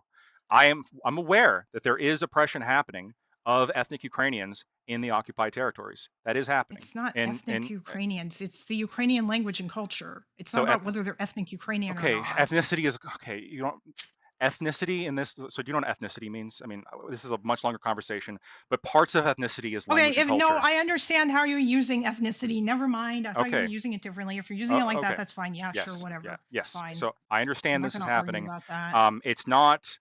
It is not as bad in. I can't say that in every single case. You're not like my understanding of the current oppression that's happening right now is you have localities and gangs of people that are very vigorously supporting kind of the pro-Russian cause at this point, and they are It's not quite oppressing, like that. and they are No, hold on, and they are like it's more than stop, that. But I'll and they wait. are oppressing. Yes, you can disagree in a second. They are oppressing Ukrainians there. It is not official government policy to do these things.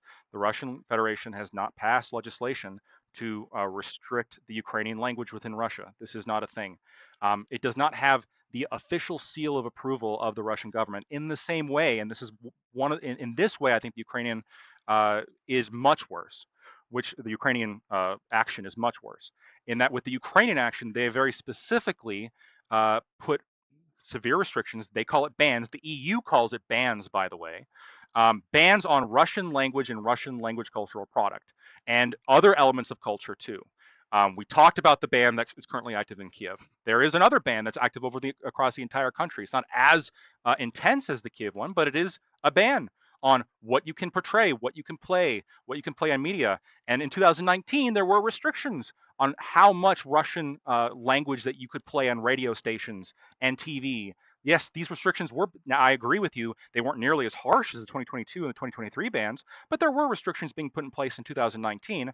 And another thing that Doobie brought up, so I'm going to address the super chat pretty directly, they did ban an entire church, the Russian Orthodox Church. And I'm glad that you think it was heavy-handed. The Pope thinks so too. He condemned that. The EU condemned that. Everybody's condemning it because it was incredibly heavy-handed. Because it's not like this is not like they went into specific churches and found spies and arrested them. I would understand that, okay, during warfare, fair enough. What they did is they said that's an what entire they should have kept doing. Yeah, sure. I understand that of a country, but what they did was they an entire church apparatus, a religious sect. They designated that as an enemy of the state, and they have been banning it. They have been kicking out the clergy, and they've been preventing people from going to that church when that church has been in that area since the 1600s. That is the canonical Orthodox Church. And yes, it's going to have ties in the same way that the Catholics are going to have ties to the Pope. It's going to have ties to the Moscow Patriarchate, but that's their religion. So you have these Ukrainians, the government officials that are banning religious belief and religious worship, and they're banning language and culture. How is this not ethnic persecution? Okay, two things. I want Kalinda to be able to answer that, but also Doobie sent me a video I'm supposed to play, and he paid Oh me my money God. to do that. Doobie's not part of this debate. Please Understood. stop. I Okay. mean, if he pays you enough money, I think he might be. Anyway, No, that's so hold on, stupid. If Kalinda. that's the case, Hold on, then like Kalinda. I'm gonna then Kalinda. like I get to get somebody to come in here too. I'm not interested in Sure. debating with Doobie. Tell He's gotta Doobie pay that Well, he's Doobie, not. if you want to have that argument with me, then Hold you on, can come it's have a it with me meme. It's later. like a little meme video, but fair Ugh. enough. Here, Kalinda, answer. Well, I want to give you the mic, but his portrayal of the Russian oppression, or the people who are oppressing Ukrainians in Russia-controlled territories, is that accurate? Why or why not? No, it's not. Have you read any of the UN reports? That's not accurate. Russia imposed Russian Explain law on what the Ukraine. accurate portion is. Go ahead. Okay, Russia imposed Russian law on the occupied territories of Ukraine. That law requires that you have to teach classes in Russian.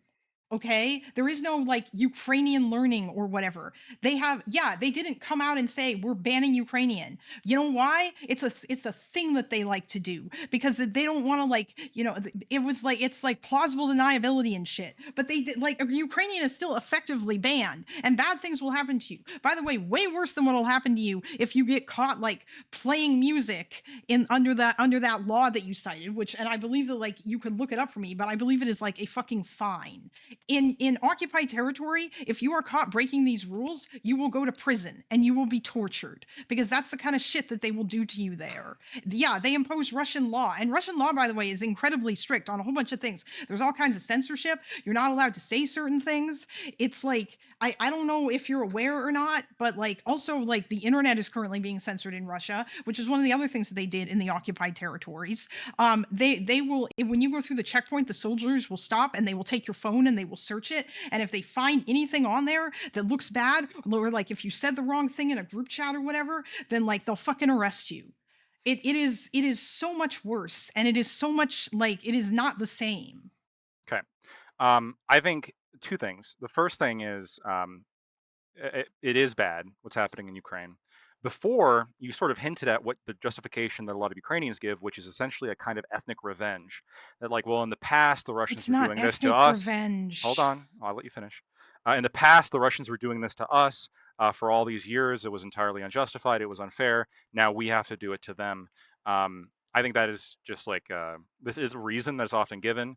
I think that it's entirely irrelevant. The people, if you're going to claim sovereignty over groups of people, especially if they want to be separate and you claim no, they're actually part of Ukraine, then you certainly can't oppress their ethnicity. You can't oppress their language and culture and religious beliefs, which is happening according to our own 2024 Human Rights Report from the United States. This is under the Biden administration, not under the Trump administration.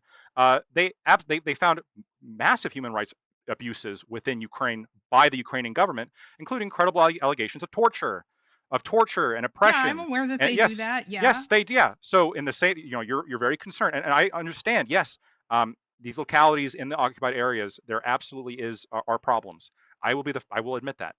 Of course, but again, I'm not giving them $200 billion.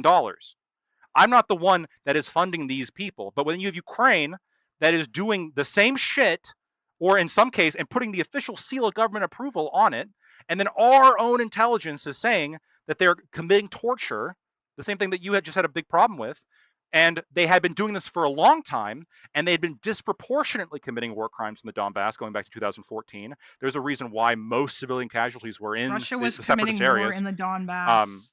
Also, that was in 2014 was the highest civilian casualties. 2014. After that, they started going down. They went down, it but they was were in yes, between 2014 and 2015 was the peak. But again, it was dramatically disproportionately within the separatist areas. And why was it dramatically disproportionate? Yeah, that's where the Because fighting was. yes, well, it was not only the fighting, but it was also because multiple human rights agencies very specifically found that the Ukrainian military was firing cluster missiles into civilian areas. And the Russian military.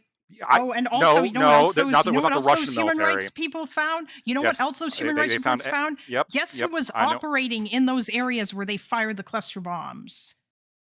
It was the separatists that they were fighting against. I love that you leave that out. No, and the human rights reports lambast them for that's that not too. that's not true at all. Hold on, wait. So I agree that That were was in the firing. Human Rights Stop. Yeah, Watch I report. agree they were firing missiles at separatist military positions too. Of course, this was happening. I'm not denying that. What I'm saying is they were very specifically condemned for firing cluster missils into heavily populated urban areas, civilian areas. This is why where there were militants operating. No, there were militant. I'm sure there was like soldiers maybe walking around or stationed because they're living in that urban environment. What the report said. No. They said there were militants operating there, and those were the targets.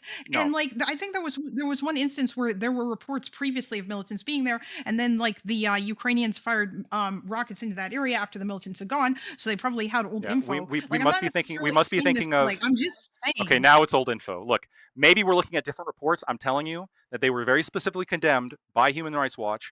They've been condemned by Amnesty International very specifically because they've been firing.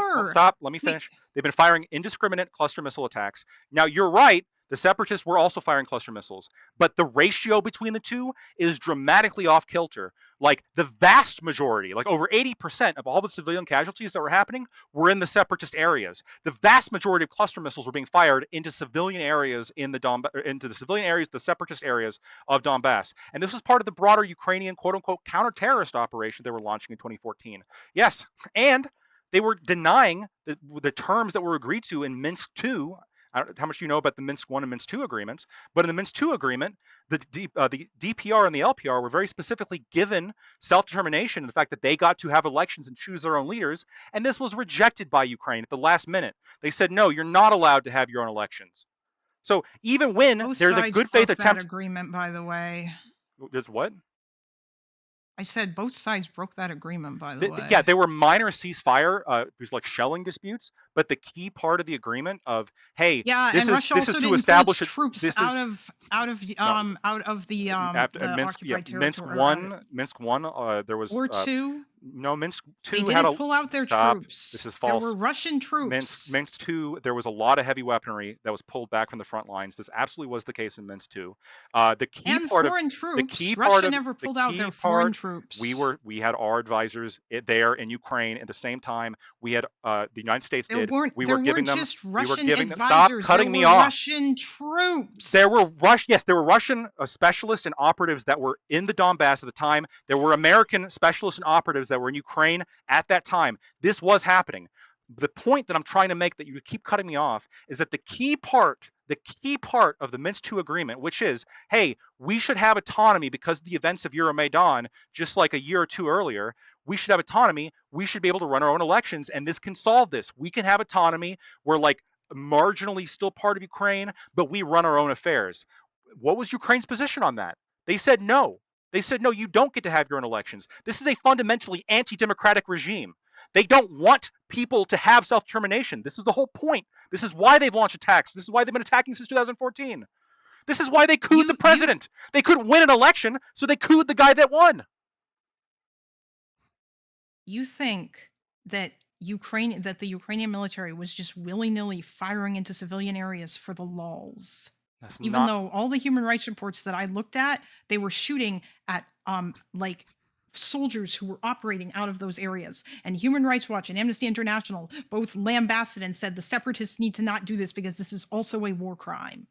Yes, I am sure that when the Ukrainian military was firing cluster missiles, that was against international law and was specifically condemned by these organizations. By the way, cluster munitions are against international law. When you fire them in civilian areas indiscriminately, yes, it is against international law. This is why these agencies. This is why these agencies condemned it and said it was illegal. Hold on. Amnesty International and Human Rights Watch are bullshit. Okay, I really only care about what the fucking UN said. You guys, this has been like I just want to say this has been The like the most. UN's accused them of this too Hold in a on! 2015 Jesus report. Christ! Lactoid, can I not finish Yeah, this the sentence? UN. Hold on, both of you will shut up when I'm talking. I'm Oh kind my of getting god. tired of this, right? You both interrupt me, and that needs to end, right? This has been one of the most acidic debates I think I've hosted in I didn't start it. a year. It's been really, really. I'm Everyone's sorry. coming in I just super get hot. real triggered I by understand. people I like understand. I basically understand. justifying, I get it. like No, I get it. invasions of regimes that are just trying to rebuild Again, their I get it. empire. I get it. But I just You're want to. very Just morally want to take outraged. it. I Hold understand. on. Hold on. Hold on. I want everyone to take it down like a notch, and let people finish their fucking sentences, and then we can get it. And also keep the monologuing to a minimum. Okay.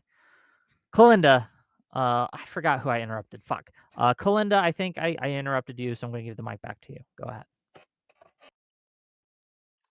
By the What's your way, strongest argument for why the U.S. should continue to support Ukraine? no, Yeah. I just want to say, Okay. if you're targeting soldiers and they are in a civilian area, how is that indiscriminate? Indiscriminate would just be that you're dropping bombs everywhere willy-nilly and you don't actually have a target.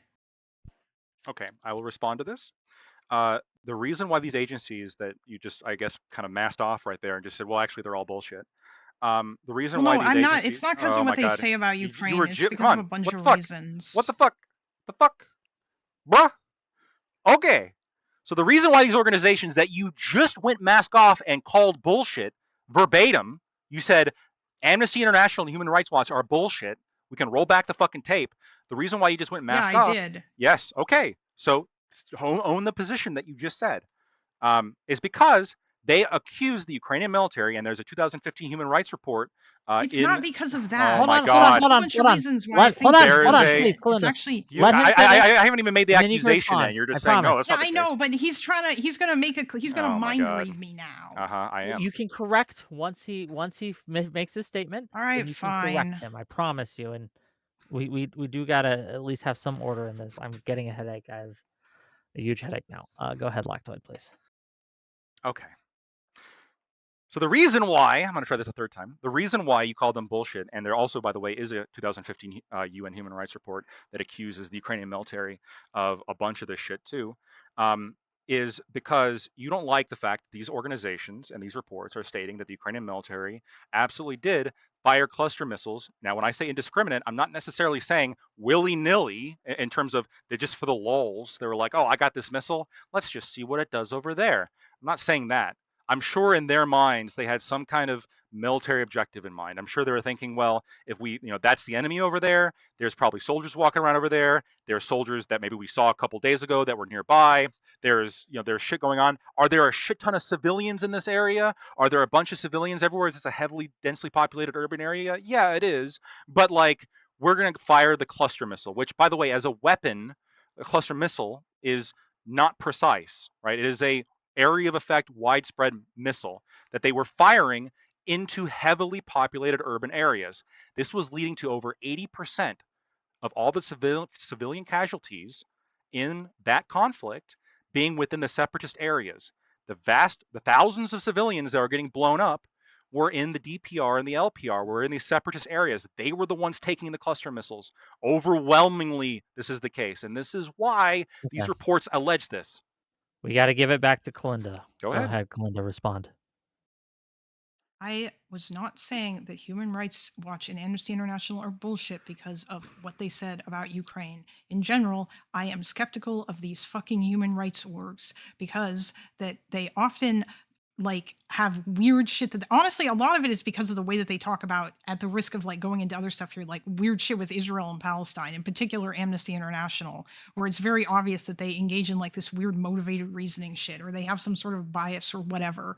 Yeah, I'm just not, I would prefer the UN. I would prefer the UN. I think that they are, at least in this area, better than these other groups, because that they often just kind of jump to conclusions about what is and isn't a war crime. And I mean, again, if you are targeting soldiers in an area, then by definition that is discriminate. It's not indiscriminate. You can't just say that just because there's civilians around that this means that it was indiscriminate. That's not what indiscriminate means. So hold on. I can just say, oh, there's at least one soldier in Manhattan, so I'm just going to fire a cluster missile in Manhattan. That would be No, you have to do proportionality assessments. yeah. And so my argument is that this is dramatically disproportionate, and that's the opinion of these agencies too, because this is why there's thousands of civilian deaths. It is. Yes, this is why there's thousands of civilian deaths. Yes, because that these agencies think that that's like, because they also don't, did these agencies know like what the Ukrainians were working with before they did these strikes? Do they know what kind of intel they had? Do they have all the information about the number of soldiers that were there? Do they know any of this shit? Or did they just go into an area and see that a whole bunch of civilians got hurt, and that was where they formed their conclusion? Yeah, I don't know exactly the full process and what their investigators found and the exact timeline of everything that those agencies did. What I'm pointing out is that these international organizations that were there and that sent investigators there and looked into this shit, they found abuses by the Ukrainian military. The UN in a 2015 human rights report also found this shit. The United States in our human rights report finds that the Ukrainian government commits human rights abuses and torture and indiscriminate attacks and all these things. That's not the same claim as what you also. I'm adding this in because I'm pointing out all these different reports that are constantly pointing to all these. But United States one. I understand. The U.S. one I'm talking about is in 2024. I understand that is a little bit different than the 2014 and 2015 ones that I referenced before from the UN, Amnesty, and the Human Rights Watch. I understand, but I'm putting this into a broader point. And the broader point here is being that the Ukrainian government at this stage, who started this conflict to begin with by illegally taking power, okay, has been committing war crimes and human rights abuses, and currently is doing a whole bunch of other shit that I don't even know if we have the time to get into all the crazy shit that they're doing. We've talked about the language bans. We've talked about the indiscriminate shelling. We've talked about the religion ban. We can also talk about the heavy restrictions on the media that the EU has already condemned. We can talk about, I think it was Section 420 that Zelensky signed, which allows anybody who... Want to talk about media restrictions? Please look at Russia. And we can talk about the law that Zelensky signed, who is currently illegally in power, by the way, the law that Zelensky signed that allows the government of Ukraine to arrest people if they, quote, spread any kind of, quote unquote, misinformation about the war, if they in any way support the war. And this is how somebody, and I'm going to bring him up again because nobody ever seems to fucking care. This is how this is the law that Coach Red Pill was arrested under and was tortured and killed. But again, nobody seems to care, right? Because, hey, that's Ukraine doing it. Nobody seems to care, despite the fact this was a streamer who was in the same space that we occupy. Okay. Kalinda, you can respond. Have you watched any of Coach Red Pill's videos? Have you seen any of the shit that he was saying? Yeah, I know. Thought he could just keep saying in Ukraine? Yeah, he insulted the soldiers. Literally... He was a Russian propaganda shill who like repeated literally like every fucking Russian talking point. He denied Russian war crimes. You think I'm a Russian shill? You know what? I'm sorry. No, he was way worse than you, dude. At least you're not out there making dumb claims about how Ukraine was committing genocide in the Donbass and how like Bucha wasn't real and talking about fucking Victoria. So I don't have to get tortured and killed. But he does. I don't think that you should get tortured and killed. And by the way, I don't think that he should have been tortured and killed either. However, it is pretty funny that... Hold on. Listen to me. I think... I just don't care. I know you don't. I'm sorry, but I have no sympathy for somebody who's going to go to it, who's going to stay in another country that's being invaded and then like shit talk that country and talk about how Russia is working hard to minimize civilian casualties. And then like he has a chance to leave after the FSB supposedly talked to him and he chooses not to. And then he tries to, and he's an idiot because he fucking literally like videos himself going to the border. Like he could have just left the fucking country, dude. I'm sorry. But yeah, I don't really have much sympathy for somebody who's going to do that. Play stupid games, win stupid prizes. Yeah, your timeline's fucked up. He tried to escape the country, but he was stopped at the border and brought back. He was tortured. Yeah, I'm aware. And he tried to leave. He was tortured and he was killed. And I understand, like, you just don't care. I think it's really fucked up that he was tortured and killed. I think that, he said things that I wouldn't. I'm not going to go to Ukraine and be like, yeah, the soldiers are dumb and, kind of go against the government talking points and I mean, some of the stuff he was saying is true. I mean, we can talk about this, about how the military to civilian casualty ratio in the current war is way better than almost every war that the United or almost any other country has been involved with in like modern history.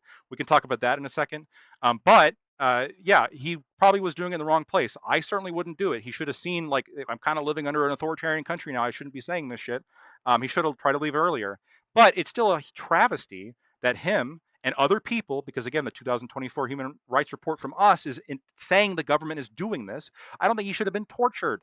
I don't think he should have been tortured to death. I don't think he should have been tortured to death. And these are the people that we are funding. We are sending money to the people who are torturing people to death. And we're like, I don't care. He shouldn't have done it.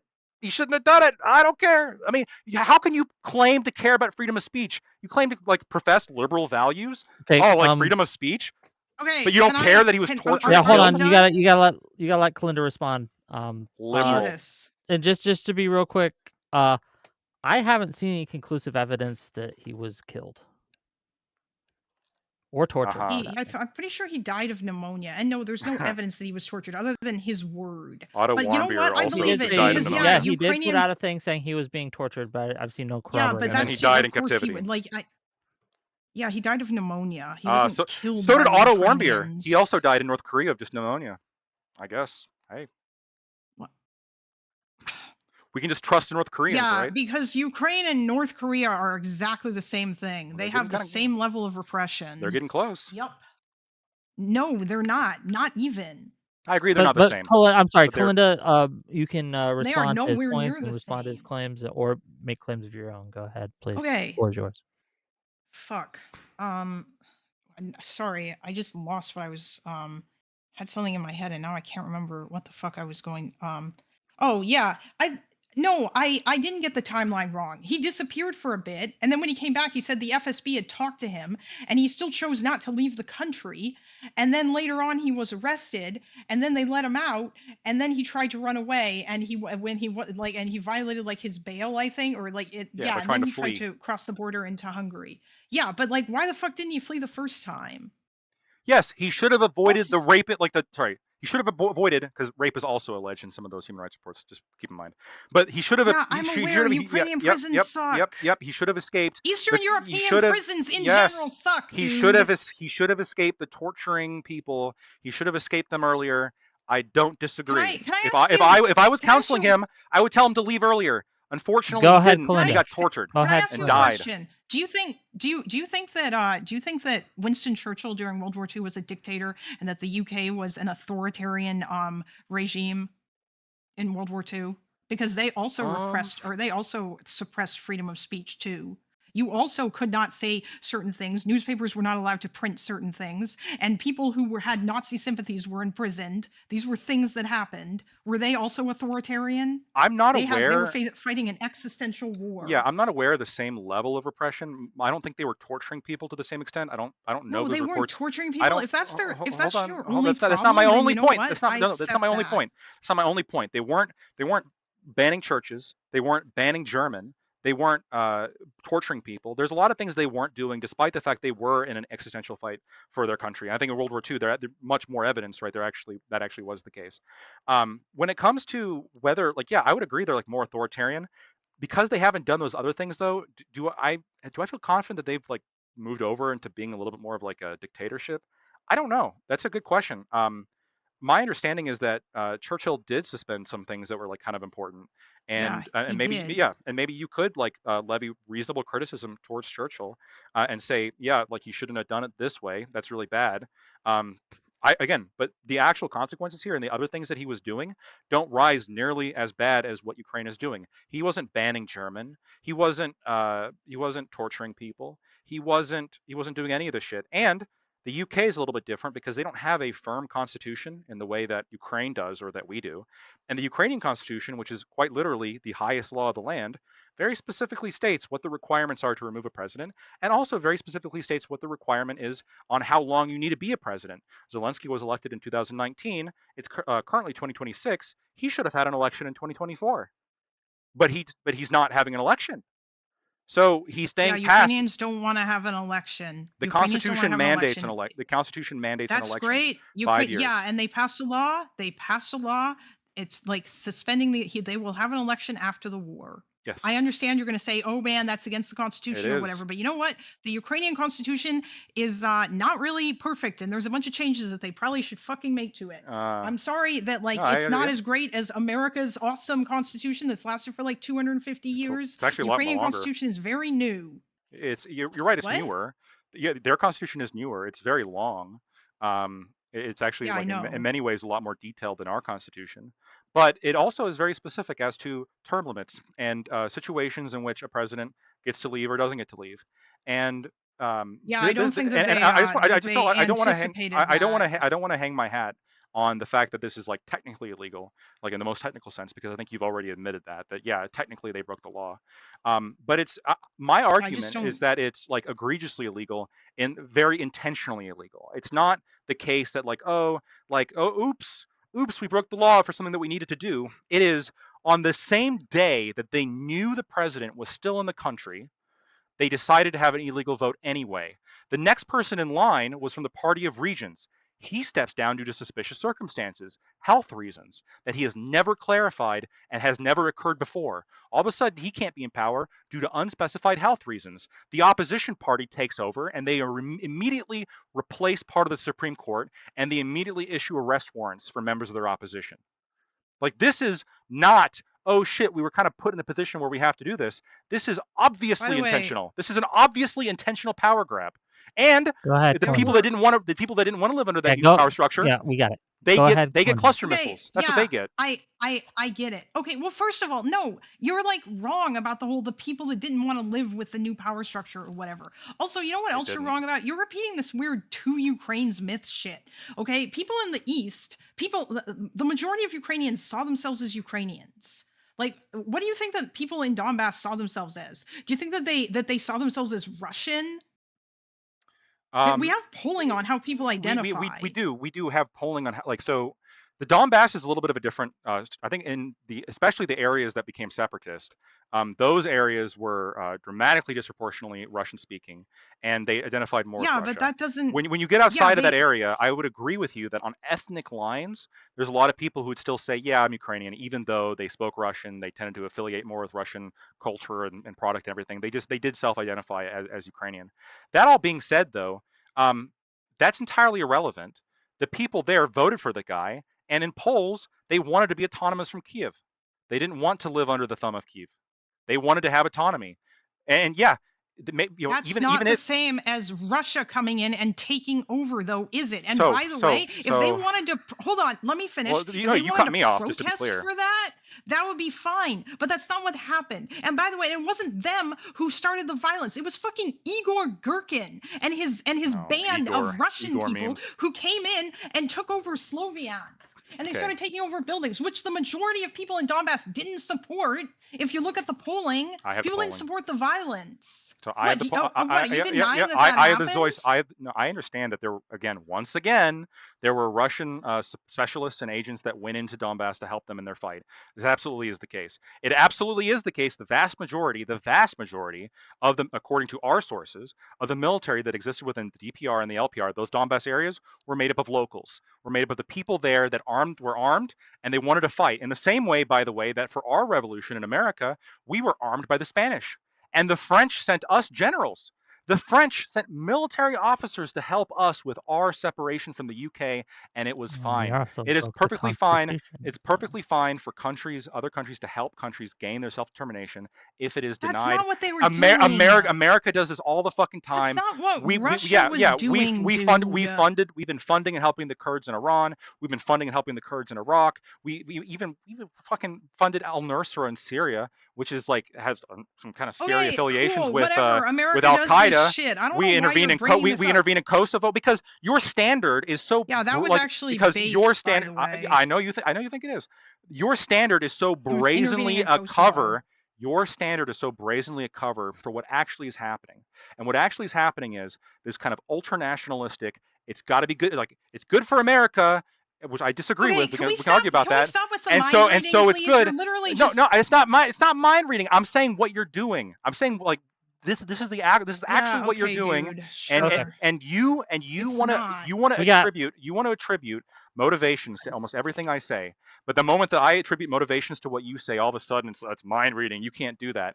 This Okay. whole No, time it's not I've been about. right about every when we dive No, into the you facts and I fucking post you articles. haven't. What article has You're dismissing. what article But what hold article on. has been Have posted you that I'm wrong checked your about? DMs, Hold on, give it buddy? to Kalinda. Let her answer. Go ahead. Have please. you checked your DMs? The Constitution of the Autonomous Republic of Crimea. I linked it to you. Yeah, when Crimea was it? had a constitution from 1998 until April 2014. Hold on. They did. They got another constitution. The actual constitution. Crimea let got me a see what constitution. let me see what you're referring to. Just click the link. Oh, okay, hold on. Give me 1 second. Let me read into what you're talking about here, because you were wrong on that for sure. They made a new constitution after the 1994 thing. Hold on a second.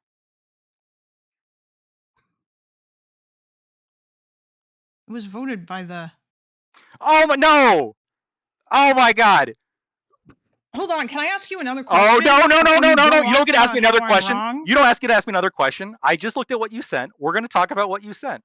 So What, when you're going to the say Soviet this is bad because Kyiv picked their constitution? They still have a constitution and they still maintain a level of you mean autonomy. Kyiv wrote, like, Kyiv was the one that passed the constitution, not the Crimeans?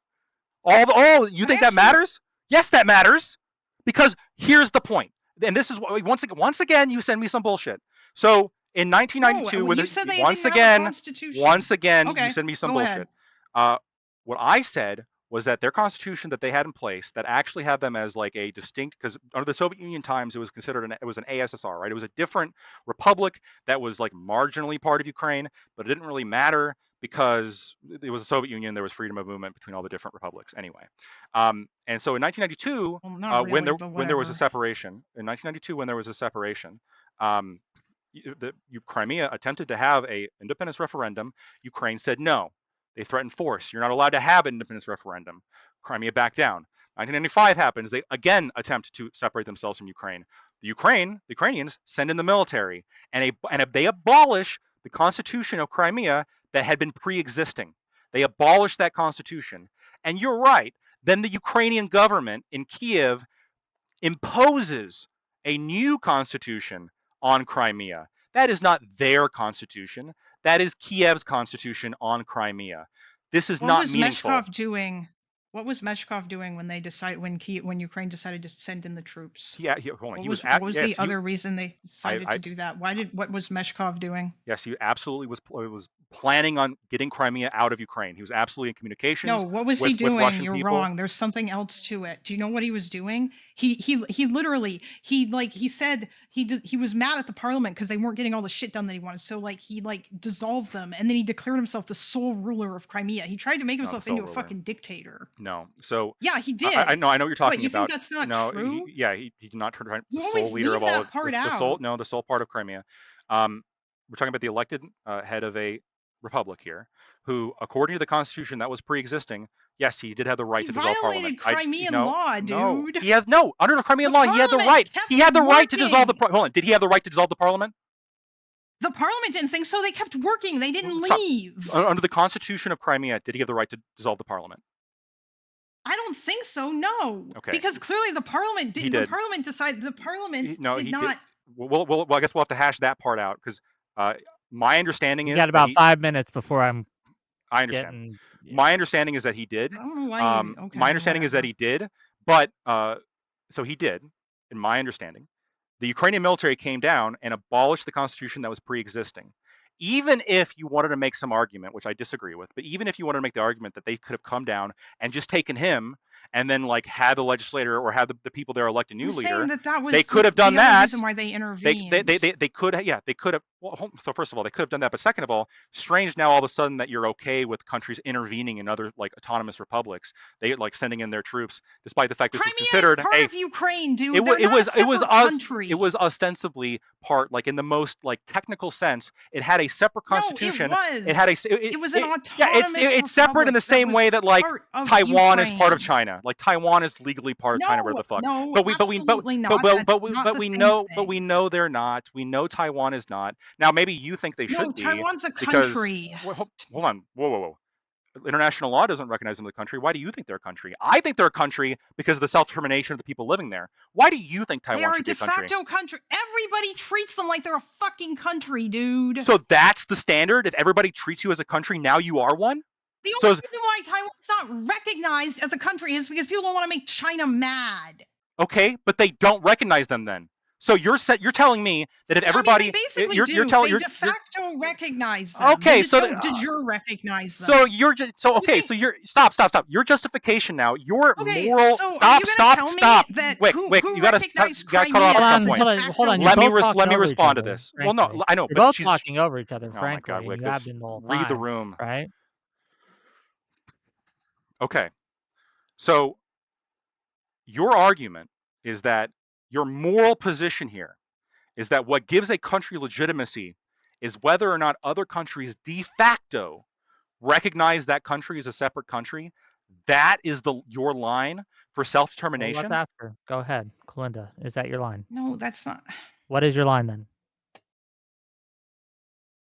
my line for self-determination. That's like yeah, it is actually basically. It's whether or not like, like if they get recognized as the rest of the world and then they essentially become a country, then they're a country. I'm not aware of anybody who like in the 90s was treating Crimea like they were a separate country.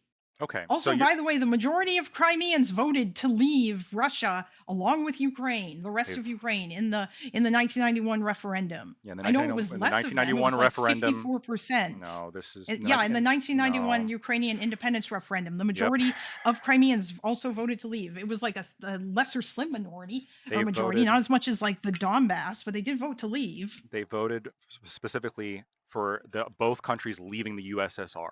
That was the understanding of Crimeans, and this is why within a year they attempted to have a referendum on independence, which the Ukrainians denied. Firstly, secondly, I think that this standard. Yeah, because I think that this standard. Part of Crimea. I think that this. Ukraine. Well, here, great. That's going to go right into the second part that I think is crazy. Your standard of. What do you think? What is your standard? Jesus fucking Christ!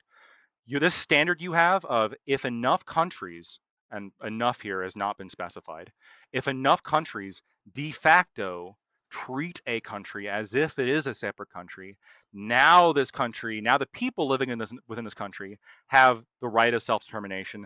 This is not a moral position at all. This is an entirely like might makes right position. This is an entirely position of, well, I mean, the big powerful countries they recognize, like they don't recognize, but they treat Taiwan as though it's separate. That's not a moral position, dude. That's my pragmatic position. I think self-determination of people and democracy and these like things are actually moral positions.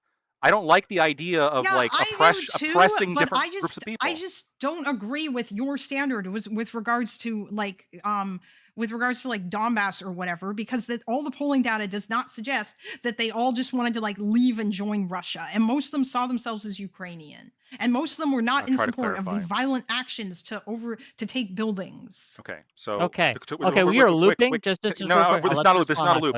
Okay, go ahead then. I'll let you respond, but let me clarify what's going to happen here. Okay. So, in about 5 minutes, okay, we're going to get to closing statements. They're going to let each of these lovely people have a chance to have their closing thoughts. I actually had 2 more questions that I wanted to ask that were completely unrelated to all of this, but we just didn't get to it. Fair. Well, ask them in your closings, and we'll. Yeah, but then he won't get to answer, and then if he does, then we'll just keep going. Let me finish. Okay. Then we're gonna get the super chats, and then if both parties want, they can stay, and we can have like an open call-in thing. That's up to you guys, though. But that's what's gonna happen because we need to put a wrap on the official debate, right? So, Lactoid, finish your statement, please, quickly. Okay. So in regards to the Donbass, there was Zeus. It's a pollster out of Germany. It's a Western-oriented pollster. Yeah, I know. That polled. Okay, I know because you took all my links from my Discord. The Zeus pollster very specifically. That wasn't the only thing I did. I'm gonna believe it. Well, you also read the Wikipedia and watched part of my debates too. No, that's not true. I also read all those. Both of you, stop. Lactoid, finish. Just read the Wikipedia. Lactoid, finish, and then you can respond. I promise. The Zeus pollster. Also, you read the Wikipedia too, dude. And The you Z- looked at articles from it, which I did Okay, too. Lactoid has Zoys- to finish his Sorry. statement. Go ahead, the Lactoid, please. the Zoyce pollster found that the vast majority, upward about 75% of the people living within the DPR and the LPR, which are the separatist areas of the Donbass, either wanted to just straight up join Russia, or, and this is literally what was attempted in in Minsk 1 and Minsk 2 in around 2015, which was have autonomy from Ukraine, which is that kind of somewhat similar to how Crimea used to be, which is that they are, they're not part of Russia, but they decide their own elections. They vote for their own candidates and they verify their own elections. You don't have Kiev doing it. They have like a separate constitution, a separate education policy, separate everything, right? They get to have autonomy. And this was a large segment of the group as well. And so, despite the fact that was roughly split, that's what they were trying to go for. And this was attempted in 2014 and 2015, and then 16, 17, 18, 19, 20, 21, and 22. The whole time this was attempted. There was a poll from the Levada Center in 2024. I don't know if you've seen it. And Levada Center is not a friendly with the Russian government right now. They're actually considered a foreign organization by the Russian government because of some other reasons. The Russian government's not perfect, of course. They're pretty bad in a lot of respects. But the Levada Center found that in their polling, in contradiction to what Ukraine was saying, is that most people in that area did want to separate from Ukraine and join Russia. Perhaps maybe all those years of warfare changed their opinion. Who exactly knows? But the reality is that the Ukrainians were not accepting Minsk 2 at the time. They were continuing their war to a lesser extent, but they were continuing their war with the Donbass. And if they were to join NATO, then there's nothing that Russia could do with the Donbass in order to save them from Ukrainian aggression in the Donbass. Kalinda, respond, and then we'll go to the closings. So go ahead and respond. Hold on. Okay. Are you talking about this attitudes and identities across the Donbass front line? What has changed 2016 to 2019? No, let me check. This one? Because yeah, I looked at this. I feel like you were making it out to be way more cut and dry than it was, but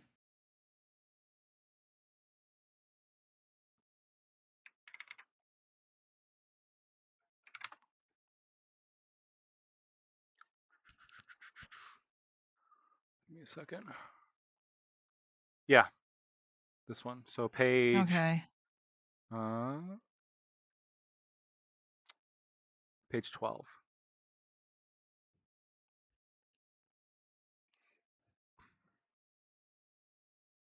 I don't know what you guys are looking at, but there.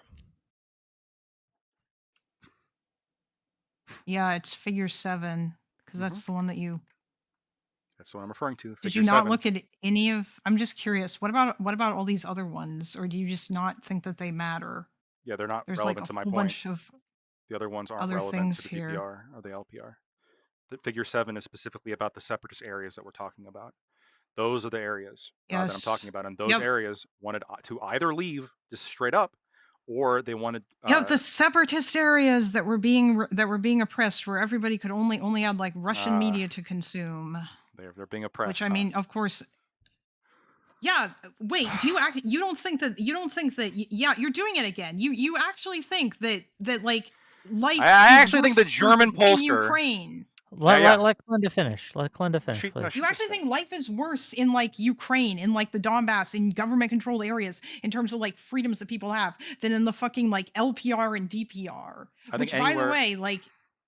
I think anywhere along the front line is bad. I think we're talking a little bit different time. We're talking about a little bit of a different time back here in between 2014 and 2016. But what this graph shows is my point, which is this comes from Germany. I mean, this is not a Russian government. If you haven't noticed, and maybe and I know you've seen all my sources, they're not from the Russian government. These are not Russian government sources. These are Western sources, U.S. sources, reputable pollsters, and this German pollster from a country part of NATO, this Western-oriented pollster, finds that about 3/4 of the people in these areas don't want to live under Kiev's rule. They either want to join Russia directly or they want to have autonomy and be separated. And that was attempted for God knows how many, we know exactly how many years, between 2014 and 2022. And the Ukrainian side refused to acknowledge the elections that were happening in those areas. I mean, why are we? And here's the thing: at the end of the day, you keep saying, yeah, those, but sure, but Russia's bad too. And I'm going to keep saying, yes, there are also No, Russia's there's worse terrible things you in can point. every There's way. terrible things you can point to in Russia. Their president No, actually Russia did. is worse Their in president every in way. every way. Yet their president actually did have an election, Yes. unlike Zelensky, who didn't Do have you, an you think election. that really? You You have think yes, Putin won like what really. was it, You 95% don't of the have vote, and Russia. that was You don't have legitimate? Russia. You don't have Russia. The Russian government here saying, yeah, we're gonna ban the Ukrainian language. That's not a thing. Yes, they do have a very, They very basically draconian. did They do. do have a very draconian media disinformation restriction law, Yeah, which they is do. crazy. They Yeah, have no free speech. They They do. have no freedom yes. of the press.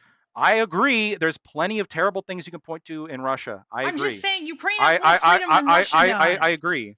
But once Ukraine again, also if has we a go real back civil to society, and they want to be a my real country instead of getting fucked by Russia. in my intro, I specifically stated, I think, what are very reasonable elements necessary in order to give billions of our money, of the tax money that's been taken from us, the worker, that's been taken from us, and giving it to a country.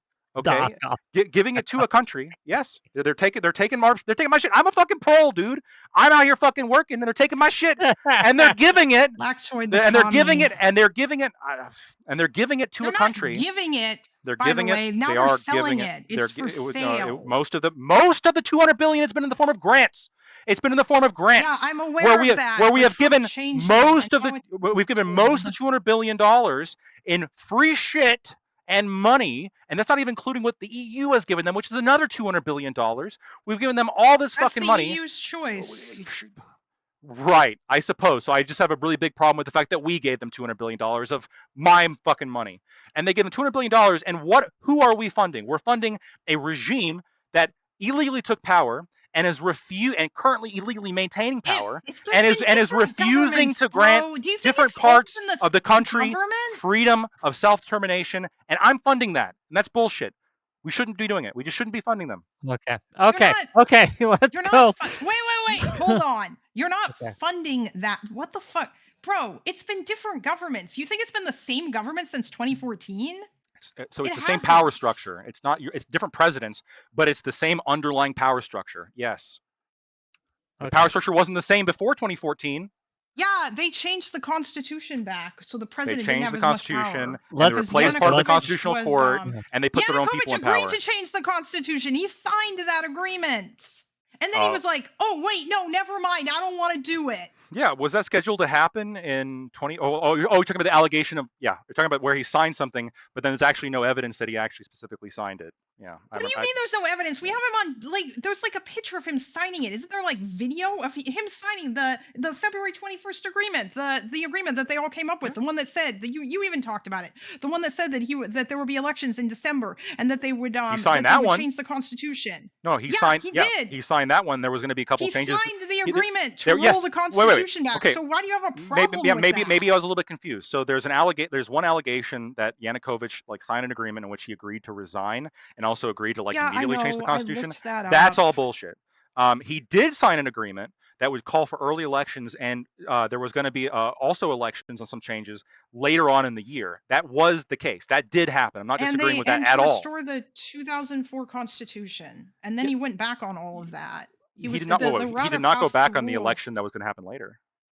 No, but he went back on the 2020 or on the Constitution thing, because I think the Rada passed it, and then he didn't sign it, and he was like that. Which, by the way, it would have taken his powers away for the president. The 2004 Constitution reduced the powers of the president. Sort of. It reduced it in part, and it granted more in part. It changed Ukraine from the type of parliament that it was. It would change it to it's very complicated exactly what effect the constitutional change would have had. Yeah, I know you're a lawyer and I'm not. It's not correct, but there is more nuance here. But the important thing is that prior constitution had nothing to do with the events in February, right? Because he agreed to have these votes and to have a snap election The protesters wanted later the on other in the year. or wanted Yes, the the 2004 the armed Constitution back, by the insurrectionists were way. able to strong arm their way. Yes, I agree.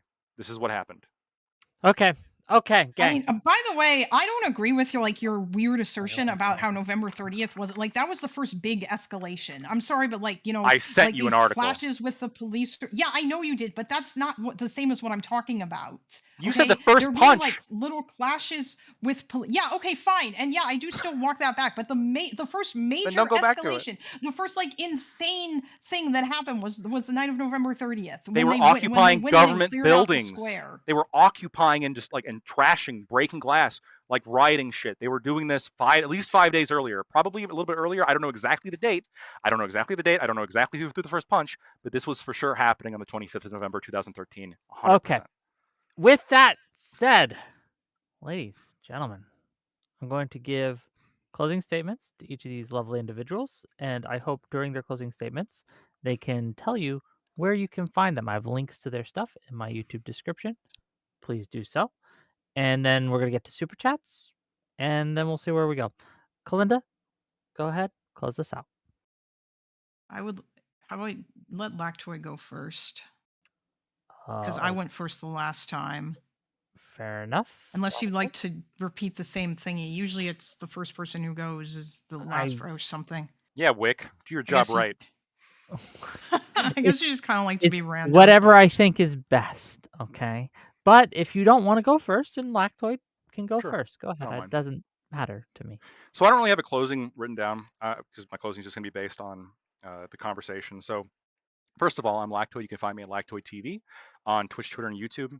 I think that one of the things that Kalinda, with all due respect, you challenged me on this debate months ago. And you repeated multiple times, months and months ago, like you think. Yeah, clearly I didn't do enough research. My closing. It's closing. It's my closing. You can't interrupt me during my closing. About 2 or 3 months ago, I think you said 3. Maybe it has been that long. You challenged me, but you also said, yeah, it frustrates you that the Lactoid says so many false things and Russian propaganda, the Russian shill, Russian talking points.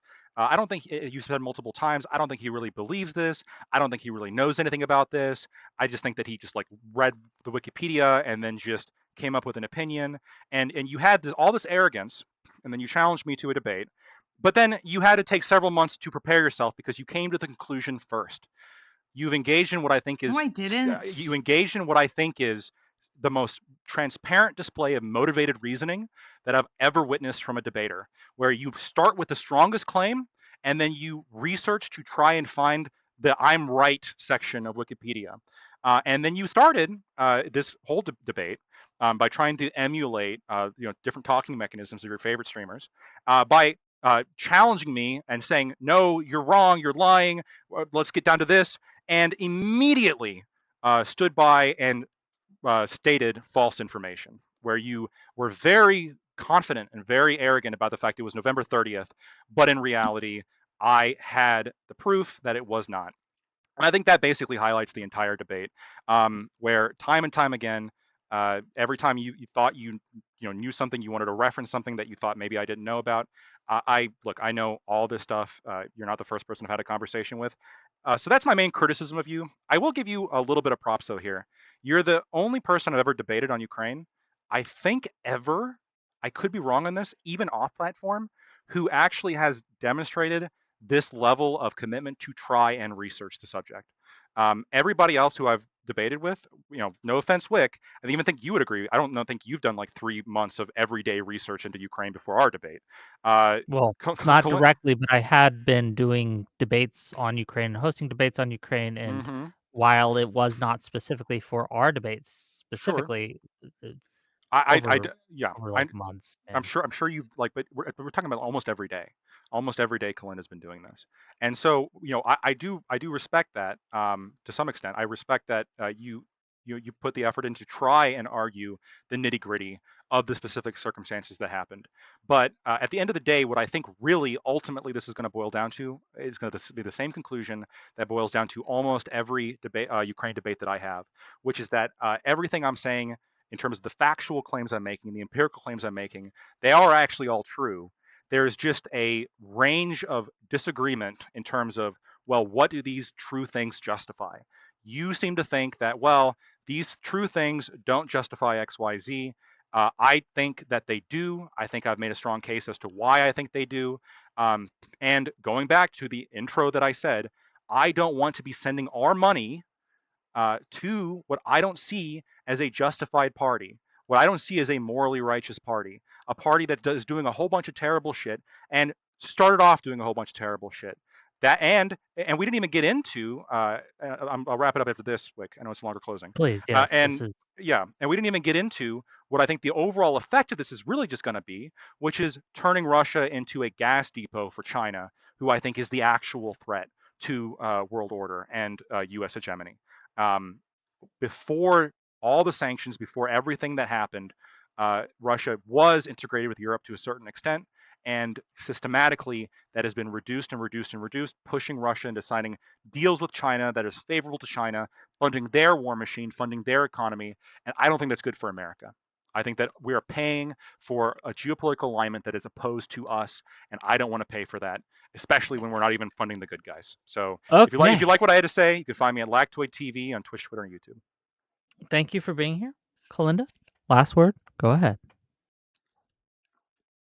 Yeah, I don't really think that they are the bad guys, and I don't think Lactoid has demonstrated that Ukraine is in any way worse than Russia. Ukraine is not some sort of perfect society. And by the way, that was something that I did discover when I was doing research, because no, I did not engage in motivated reasoning. I still feel like that's what you did. If we're going to mind read each other, then fuck it, we're going to mind read each other. Russia is demonstrably worse in every way. I don't know, like, I guess I have read a bunch of human rights reports. You can you can find articles from the Kyiv Independent to the Kyiv Post criticizing Zelensky in ways that you could never get away with regards to Putin. If Zelensky's a dictator, he's the biggest pussy dictator in the world, because that he like signed a law that revoked the independence of like the Nabu, and then a few thousand people went out into the street with fucking cardboard signs, and he was like, "Whoa, okay, guys, I take it back." Like, that's like a pussy dictator if I've ever seen one. He's not a very good dictator if he's a dictator.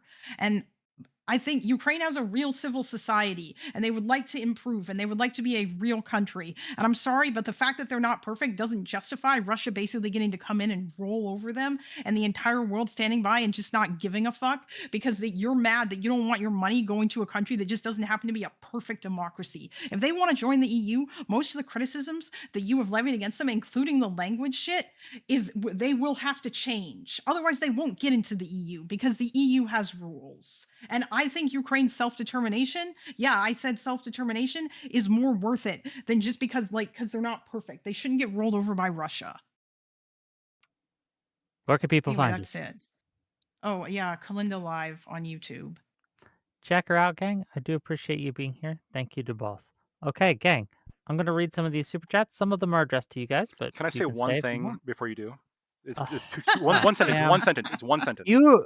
It's one my- sentence. okay, one sentence, but a I'm short gonna have sentence. to. I'm gonna have to Okay. get to respond I- if I have Sure. a response. Well, yeah, that's fair, but I don't think you're going to have one. This is why I. Yeah, Okay. no, give that's it. fair. Give. I started out just as an argument against me being motivated in terms of my reasoning. I started out being pro-Ukraine at the beginning of this conflict. You can find streams of me arguing know. vigorously in favor of Ukraine. I had my mind changed. Yeah, Okay. okay, that's I know, that's fine. Although like I don't know, like I still just don't understand how you could look at how anyone can look at these two situations and think Ukraine is like worse or the same as Russia. That is really mind-boggling to me. If you read like any of the UN reports, or like you watch any of the stuff, hell, we didn't even get to talk about the kidnapped children, dude. And like all the dumb shit that you've said about that. Do you still think that the Kherson human safari thing isn't happening? Or do you recognize Super that chat, it you want me to respond to is? this? Respond briefly, and then super chat. This is why I didn't want anyone to say anything, and I just go super chats. But here we are. Okay, go ahead. Okay, so the two things. The Kherson human safari thing. We can talk about the kids later, because that will be a longer thing. I'm just curious if you think the Kherson I'll human quickly safari respond thing to. is happening. Yeah, I'll quickly respond to both.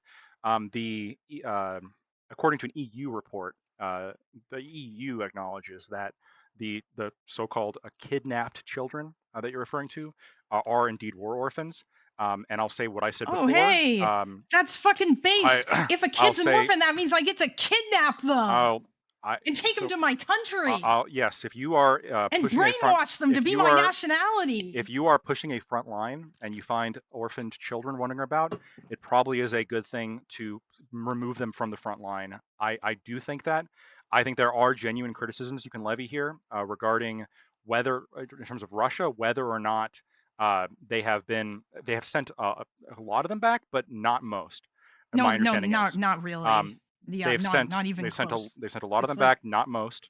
I think they probably should and could do a better job at identifying any kind of living relatives that exist within Ukraine to send those Yeah, but children what back about to. the I feel like this primarily is like, she hold primarily on. hold on, Can the I? debate's No, over. wait. I just wanna say something. Can I Yeah, just say Wick. You're something here? letting him Because this dodge the is question you asked. You understand I that by Well, I know, answered it but interrupting pretty there's me directly. another. with trying hold on, stop.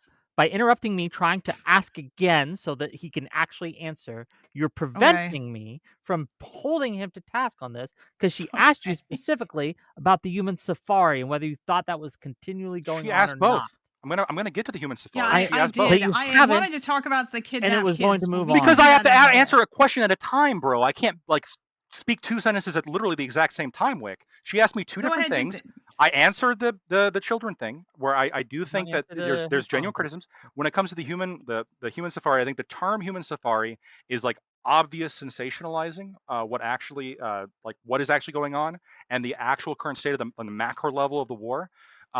Are there situations in which both sides are flying drones into vulnerable combatants, either disarmed combatants, prisoners of war, civilians? This is happening on both sides. There's videos of it on the internet. This, of course, is happening. But in terms of the macro conflict, this war has one of the lowest civilian to military casualty ratios of almost any modern conflict. It's about 13 soldiers per one Okay, civilian. This is so dramatically the answer is better. yes. This is You dramatically still better. think This is dramatically better than our invasion of Iraq, than Israel's invasion of Gaza. This is dramatically better than even the trench warfare between Iraq and Iran. This is, in fact, point to me a yeah, conflict that has a obviously. better that has in which there's been more focus in the military Israel-Palestine. compared to the civilians. There's been this war. If we look at it, it is absolutely a military on military war by any standard. And this this Yeah. drone safari is sensationalized language just to make it look like, well, this is actually a primarily civilian contacted war when it's just not. It's just not true. Okay. Okay.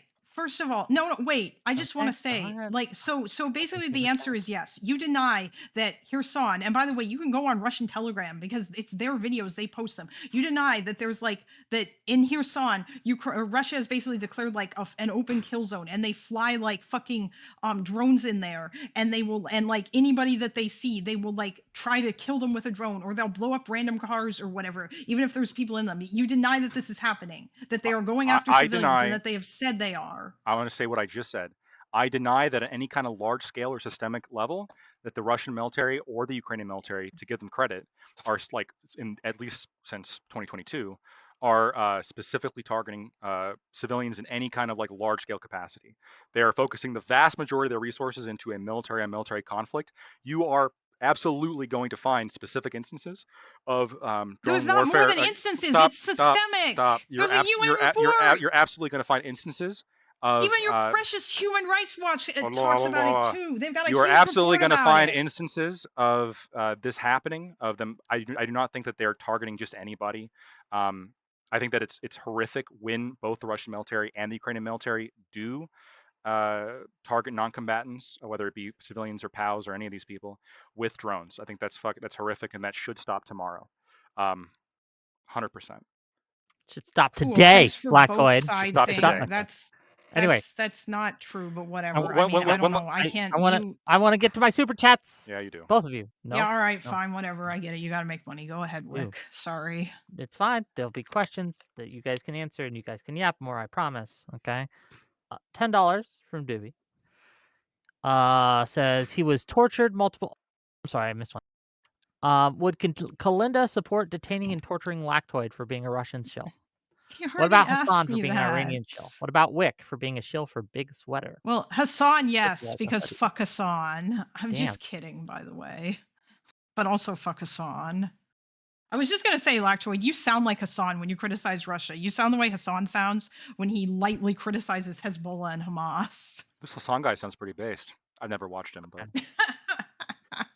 $10 from Doobie. Would Kalinda support a ban of Iranian cultural podcasts, language, media, religious practice in the U.S.?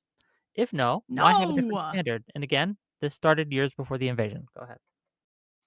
Oh my God. No, I wouldn't, because these two things are not the same. Is Okay. is Iran like trying to erase American culture?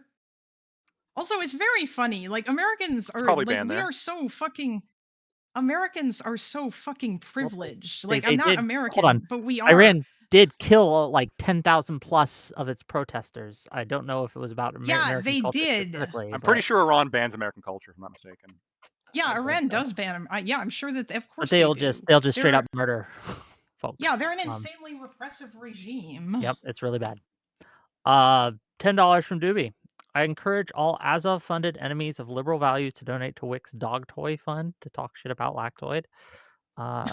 Well, you know what? Anyone can give me money, even Doobie. I appreciate any money, and we'll take money from almost any source. There's a few that I'd be like, "Fuck you, I'll give it back." But Russia?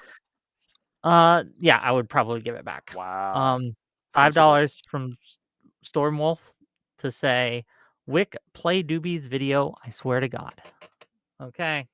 I guess we're playing the video. You got any pets, Lactoid? Do you No, have any pets, Lactoid? I don't know. I don't. You don't have a cat or a dog? No, I Damn. like- Not I anymore, like- not after the incident, right? I like cats and dogs. But no, I don't. Oh, okay. Well, Okay, let's see the video, gang. Hold on, have you pre-vetted this video if it's from Doobie? yeah, you probably should. Doobie I likes don't to know, watch I some trust fucked it. up shit. I trust Doobie. Oh wait, I know this one. I know this one. Okay.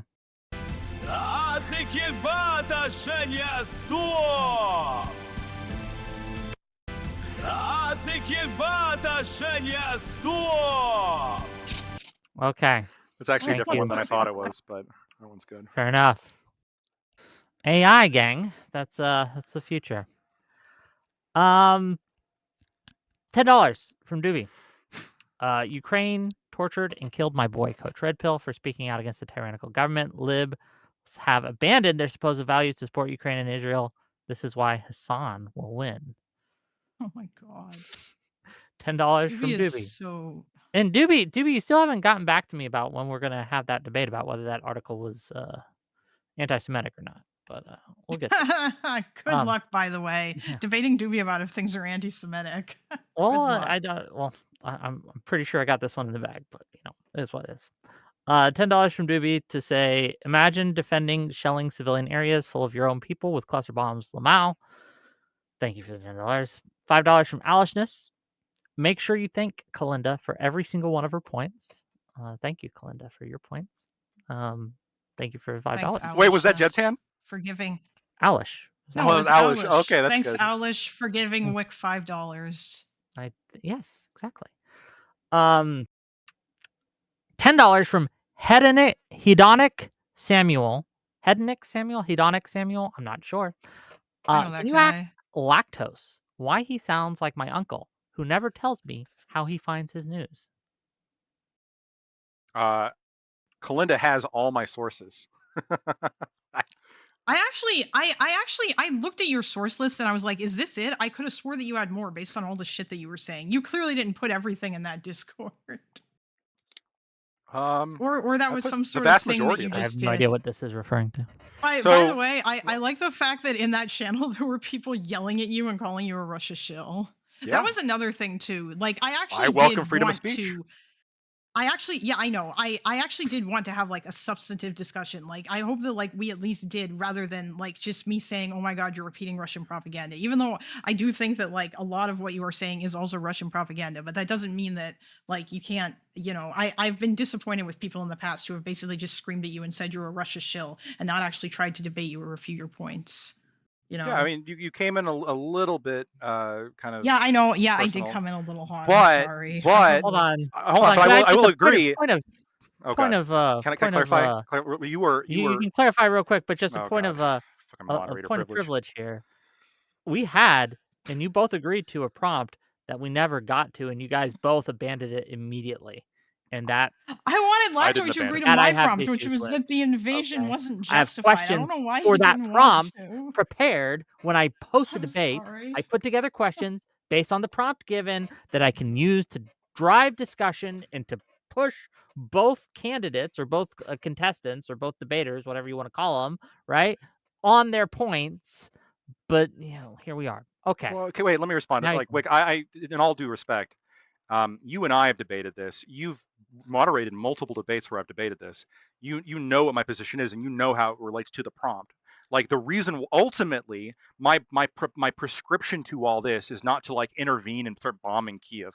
I'm not. That's not my prescription. My prescription is just to we stop giving them money.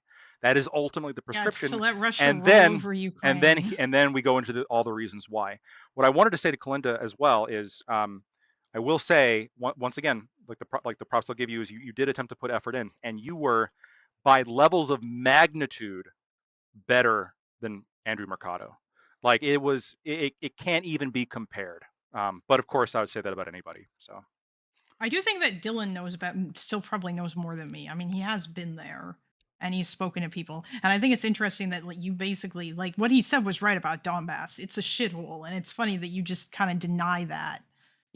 Like I it's think you not know. it's I not a think you nice know more place to facts. live. I think you know more facts about like regarding this debate than Dylan Burns does.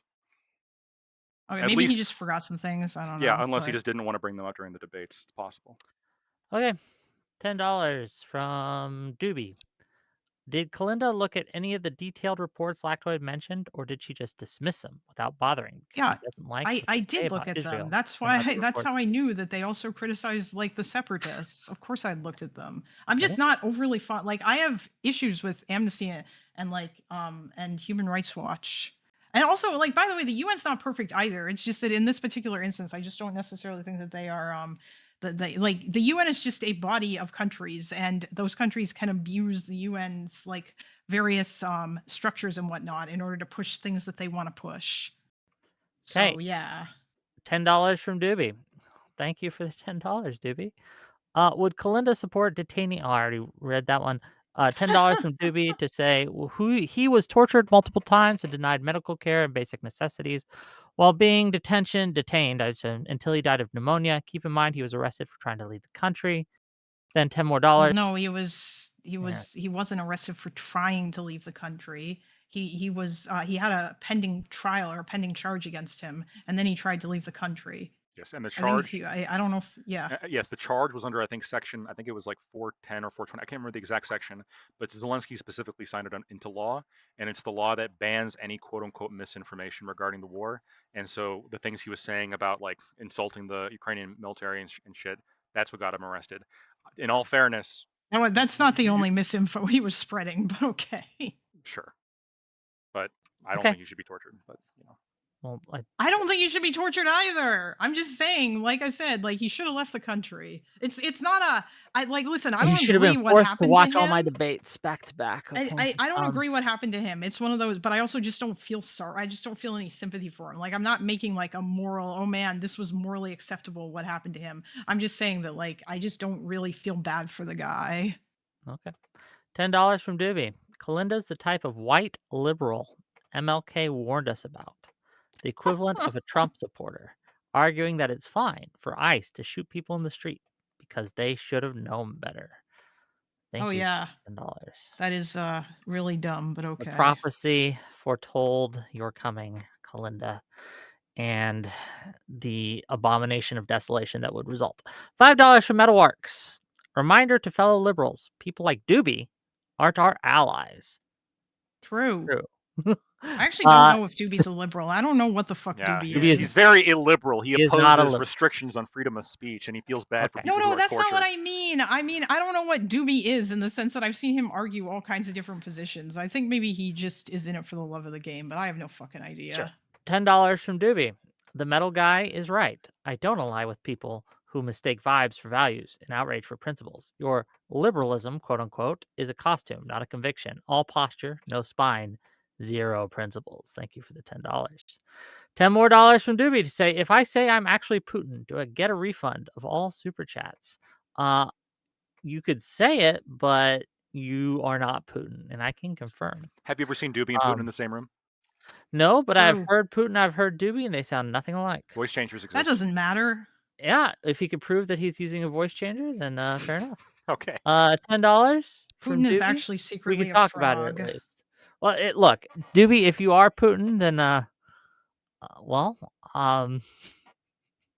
then doesn't meet actually me use the at a internet, you certain know. specific. I'll give you some geo coordinates that you should meet me at. Okay, at a certain time in a certain place. Then we can have a discussion. Okay, nothing bad will happen. I promise. Just go to those coordinates. Don't worry about it, and we'll see what happens. You Okay. can't take Putin in a fight. I don't think anybody here could. You don't think I take Yeah. Putin in a fight? He's like a black like belt in 80. judo. No, I understand he's old, but he's like a black belt in judo. I mean, look, But do we work out all okay? that much? That He's a black motherfucker was belt in in the judo, but he's KGB. 80, He also has a gun, like I'm sure. doesn't- 80 or something. Yeah, I could take him. Okay. I think No, yeah, Kalinda but- could take him. You think Kalinda could take? No, I don't think that I don't think that I could take Putin in a fight because Putin would probably just pull out his gun and shoot me. He Or one of rides his sniper horses bodyguards bare would. chested. Wick, do He you do rides that? horses bare Those- chested. Do Those you pics ride are horses really bare chested? old, you know. I don't ride Those horses bare pics are not chested. that's true. new. Are those pics from like 10 or 15 or 20 years ago? they're Maybe a while- even from a while those ago. pics Okay. are really Also, old. isn't he like 5'3" or 5'4" or something? He's a short guy. Yeah, he wears. Yeah. He wears. I listen. I got a couple anti-Putin Russians in my Look, Discord. I'm gonna be and they real. told me all If he kinds of was things. if he was the same He age wears as me, like no, I probably platform couldn't. shoes Hold on, because please, he's please. insecure about his Please, height. I want to be real. If he was my age, right? If he was like, Okay, even that's like fair. in his 50s, no, I probably couldn't take Putin because he's been trained for all this shit, Okay, right? But 80, yeah, I could take it. that's not. $10 from Doobie to say we could do the debate on Tuesday if you're free. Yes, Tuesday 6 p.m. Eastern. Well, I guess we'll find out. You can DM me. Or Wait, something. what's the article about? The article is called "Yes, All Jews." Is it? Oh my God, he's gonna argue that. Oh my. That's not Actually, you know what? anti-Semitic. Yes, he is. That's completely on brand for Doobie. Yep. Okay. Where they praise the Al Qasim brigades and the miracle of October Al-Qassam. 7th and all that. Yep. stuff. Yeah. I just want to so be good clear. luck I to him. love the Jews. It's very clear. I got nothing against the Yes. Jews. Yeah, me too. Do you support Israel, Lactoid? I I don't think I've mean, ever seen you say. I'm curious. I'm torn on the issue. I think Israel went too far in what they did in Gaza, but I think initially they had a right yeah, to I respond. agree. Yeah. Yeah, I agree. So you I don't do not agree with the disagree. Do you- miracle of the Al Qasim? Then you're a Zionist, according to this article, by the way. Well, hold on. I think I'm there's a I have other Zionist. criticisms of Israel. I think they're like Yeah, what but they're it doing in doesn't the West matter as Bank. long. Oh, okay. In this article specifically, they say if you do not support Hamas and the Al Qasim brigades and the miracle of October 7th, that you are a Zionist. Okay. So, I guess I'm a Zionist. you are a then. Zionist. Yeah, Okay. by that definition. $5 from Gelatinous Rube. Can someone anti-Semitic or racist? Call someone anti-Semitic or racist is the best way to get out of this, Kalinda. Kalinda is as your coach. It's your best way to succeed. Lactoid, Are you racist friends with him? Rat fuck. I can't tell. kidding. Are you friends with him? It's so hard for me to tell. No, I'm not. I've debated him a couple of times. He's like Gelatinous Rube doesn't make friends with women, so Can I answer a He's- question in I- chat I've- that's not I've- super chatted? it's a I've debated him I a couple guess, times. why I not? don't know. He's a No, fun guy. I'll be clear. Ash, Gelatinous Rube, Nelson, whatever you want to call him, he's crazy, and I disagree with a lot of what he says, but he's a good buddy. So He's also funny. Yeah, I think he's funny. I agree. I like Nelson. So I'm He's also his cat's adorable too. There you I go. appreciate when people have cats. or So dogs. it's a question for me, but it's not super chatted. Is Lactoid forgiving Israel military aid? I was going to ask you that. Not really. I think that they can. I think they can handle themselves at this point. I would, if they were actually in danger of being overrun. I mean, that'd be a different conversation. But I think right now, like they're a relatively lucrative society, and the people they're fighting aren't. I don't think we need to be giving them money at this point. Not to say that I think like There's all Hamas should kinds- win or whatever. I just don't think we should be giving them money. Okay, hold on a minute. There's all kinds of like allegations against Israel and the way in which they treat Palestinian prisoners and shit. That Yeah. like, why are you for giving them aid? No, I when they said also, I said no. like, I said no torture aid. people? I specifically I said know, no. but you said that if they were in danger of being overrun, then you would be okay with them helping out. But why don't you feel the same way about Ukraine? Israel is also doing a lot So of really fucked up shit. Israel is, and I think that there's enough there to like actually to criticize and not give them money now. My concern with if they get actually overrun is it's not like a situation in Ukraine where the current maximal demands are basically, Kherson, Zaporizhia, Donetsk, and Luhansk, and and then the rest of Ukraine can join the EU and is a separate country and has autonomy and all that stuff. That's not the current. That wouldn't be the situation, I don't think. I think what the situation would be if Hamas actually started overrunning all of Israel is probably mass genocide. That's my guess. And look, if I'm wrong on that, like No, if Hamas, that's a good guess. that's probably a That's pretty good guess. And so No, do I? you're right. I Yeah. agree. That's So I Hamas would wants to want to. destroy Israel. Yeah, and so I'm like, if that's impending, if there's about to be like 10 million Jews that are about to be killed by Hamas, different calculation at that 7. point. Okay. Okay, by the Okay. way, Is it I only mean, 7? I like thought it was closer to 10. Um, I could I'll be have wrong. to look. no, it's like I'll have to look. 8:35 p.m. I think it's EST. Also, I think by it's the 10 way, million people total, but not all of them are Jews. Okay.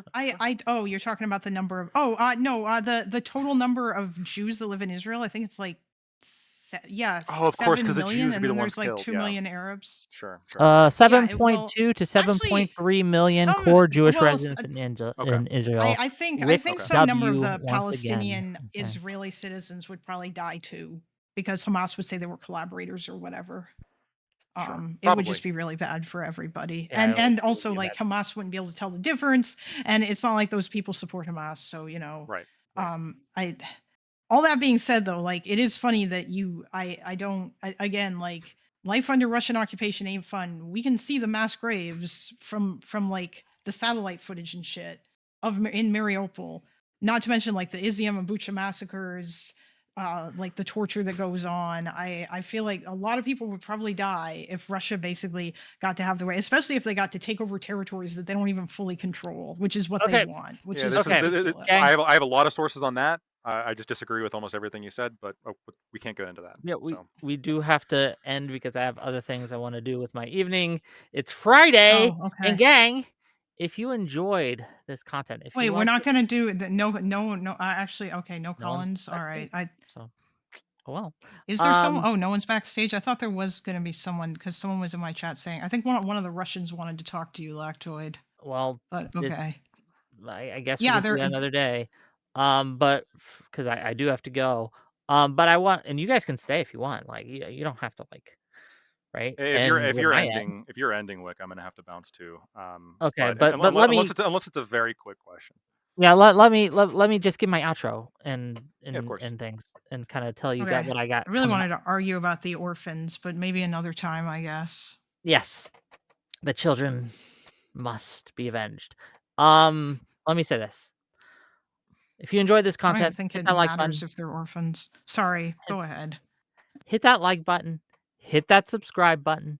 If you want to see more of me, then you gotta kind of support the channel. So if you want to financially support me, hit up those super chats, hit up those Twitch gift subs, those membership subs, all these things really help the channel. It's a new month, so we're trying to get as much in front loaded as we can. We got some great stuff coming up next week.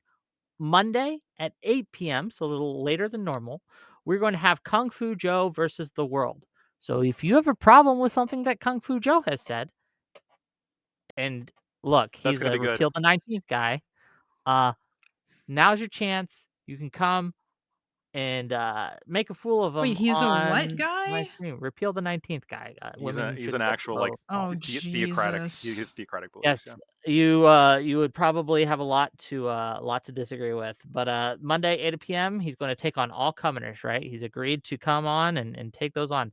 Tuesday at 6 p.m., me and Doobie will be debating anti-Semitism and whether or not support of Hamas and the article Yes, All Jews by the authors whose name I forget at the moment, but we'll have at the time, whether or not that article was anti-Semitic or not. I say it absolutely was.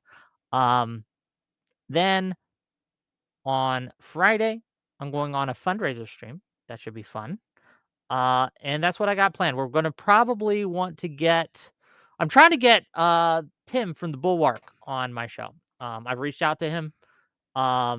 Me, Hutchinson, Tim talking about Hassan and his role in the party or what it should be. Tim's made a few comments that I think are kind of kind of a bit of sweep for some of the things Hassan's done and said and positions he holds. But we'll talk about that. Hopefully, if he agrees, I hope he does. We'll see. That's what I got coming up. Tune in. Bye bye, everyone. And you're ending stream then, Blackwood? Yeah, I'm gonna be ending stream too. Okay, okay. Then I will just kind of call it a day. I love you All all. right. Goodbye. Thanks, Wick. Bye. Bye. All right, bye, Bye. everybody. Bye. Okay. Ah.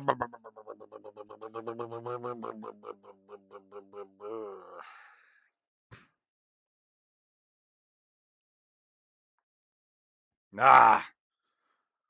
Da. Za vaše zdraví. Russia. Slava Russia. What do y'all think? What do y'all think? It sounded like an impending lick rate. Yeah, I'm bouncing though in like 2 seconds. I get these weird things of like stuffiness like every. It feels like I don't. It must be some kind of allergies because it's only for like a temporary period throughout the day. It's like a couple hours. But almost every day, like for a couple hours, it's a little bit random when it happens. But I'll like start feeling like really stuffy, um, like in the back of my nose, and it's like it's awful. And I think it might be related to heartburn. But I'm dealing with that. Man, you need to be live other than just supporting panels with cringy hosts. Grumple my man, look, I am never, you're not the first person to make this point that I need to be live more often on my own. I, you know, you're not wrong. You're not wrong.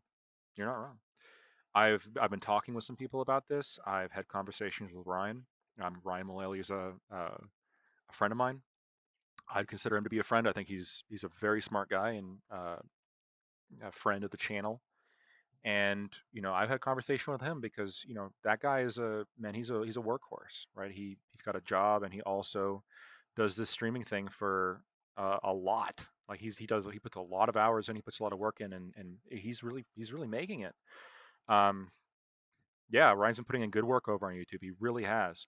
So, yeah, I mean, you're not wrong. He does his own content too. I think it'd be a good idea for me to also multi-stream. I really should be doing more of that as well. That one's going to be easy. Um, so I'm gonna, I'm gonna, I'm sorry, I'm just reading this. Strongest pro-Ukraine warrior of Agartha versus weakest warrior of Hyperborea. That's actually a really good joke if you understand it. Um, yeah. Okay. So I should. I'll try. If I ever go like streaming full time, obviously you could expect a lot more content from me. And everybody's just one bad work day away from just saying, well, we're just gonna fucking do it. But for now, we're gonna raid. We're gonna raid. We're gonna raid. We're gonna raid. Unfortunately, Putin is not streaming right now. It's very unfortunate. Um, Massive shame. Kicking YouTube, yeah. I actually have my name. I have a Kick account with my name reserved in it, so I could just do that. And then obviously YouTube, that's where I post my VODs, so I already have that up. Um, Hamas or Antifa streaming? No Hamas. Well, Hassan streaming, but I'm not really gonna raid onto him because that would be too ironic. Uh, I'm gonna raid you on over to Reservoir. That's what I'm gonna do. Appreciate you guys. Love all the support as always. Really appreciate it. Have a great Friday. It's Good Friday. Whoa, wait. Liquid Zulu streaming right now? Hold on. Hold on, Rothbardy. Before I send you all out. No, too late. I already got it out. I will get Liquid Zula next time. Bye, guys.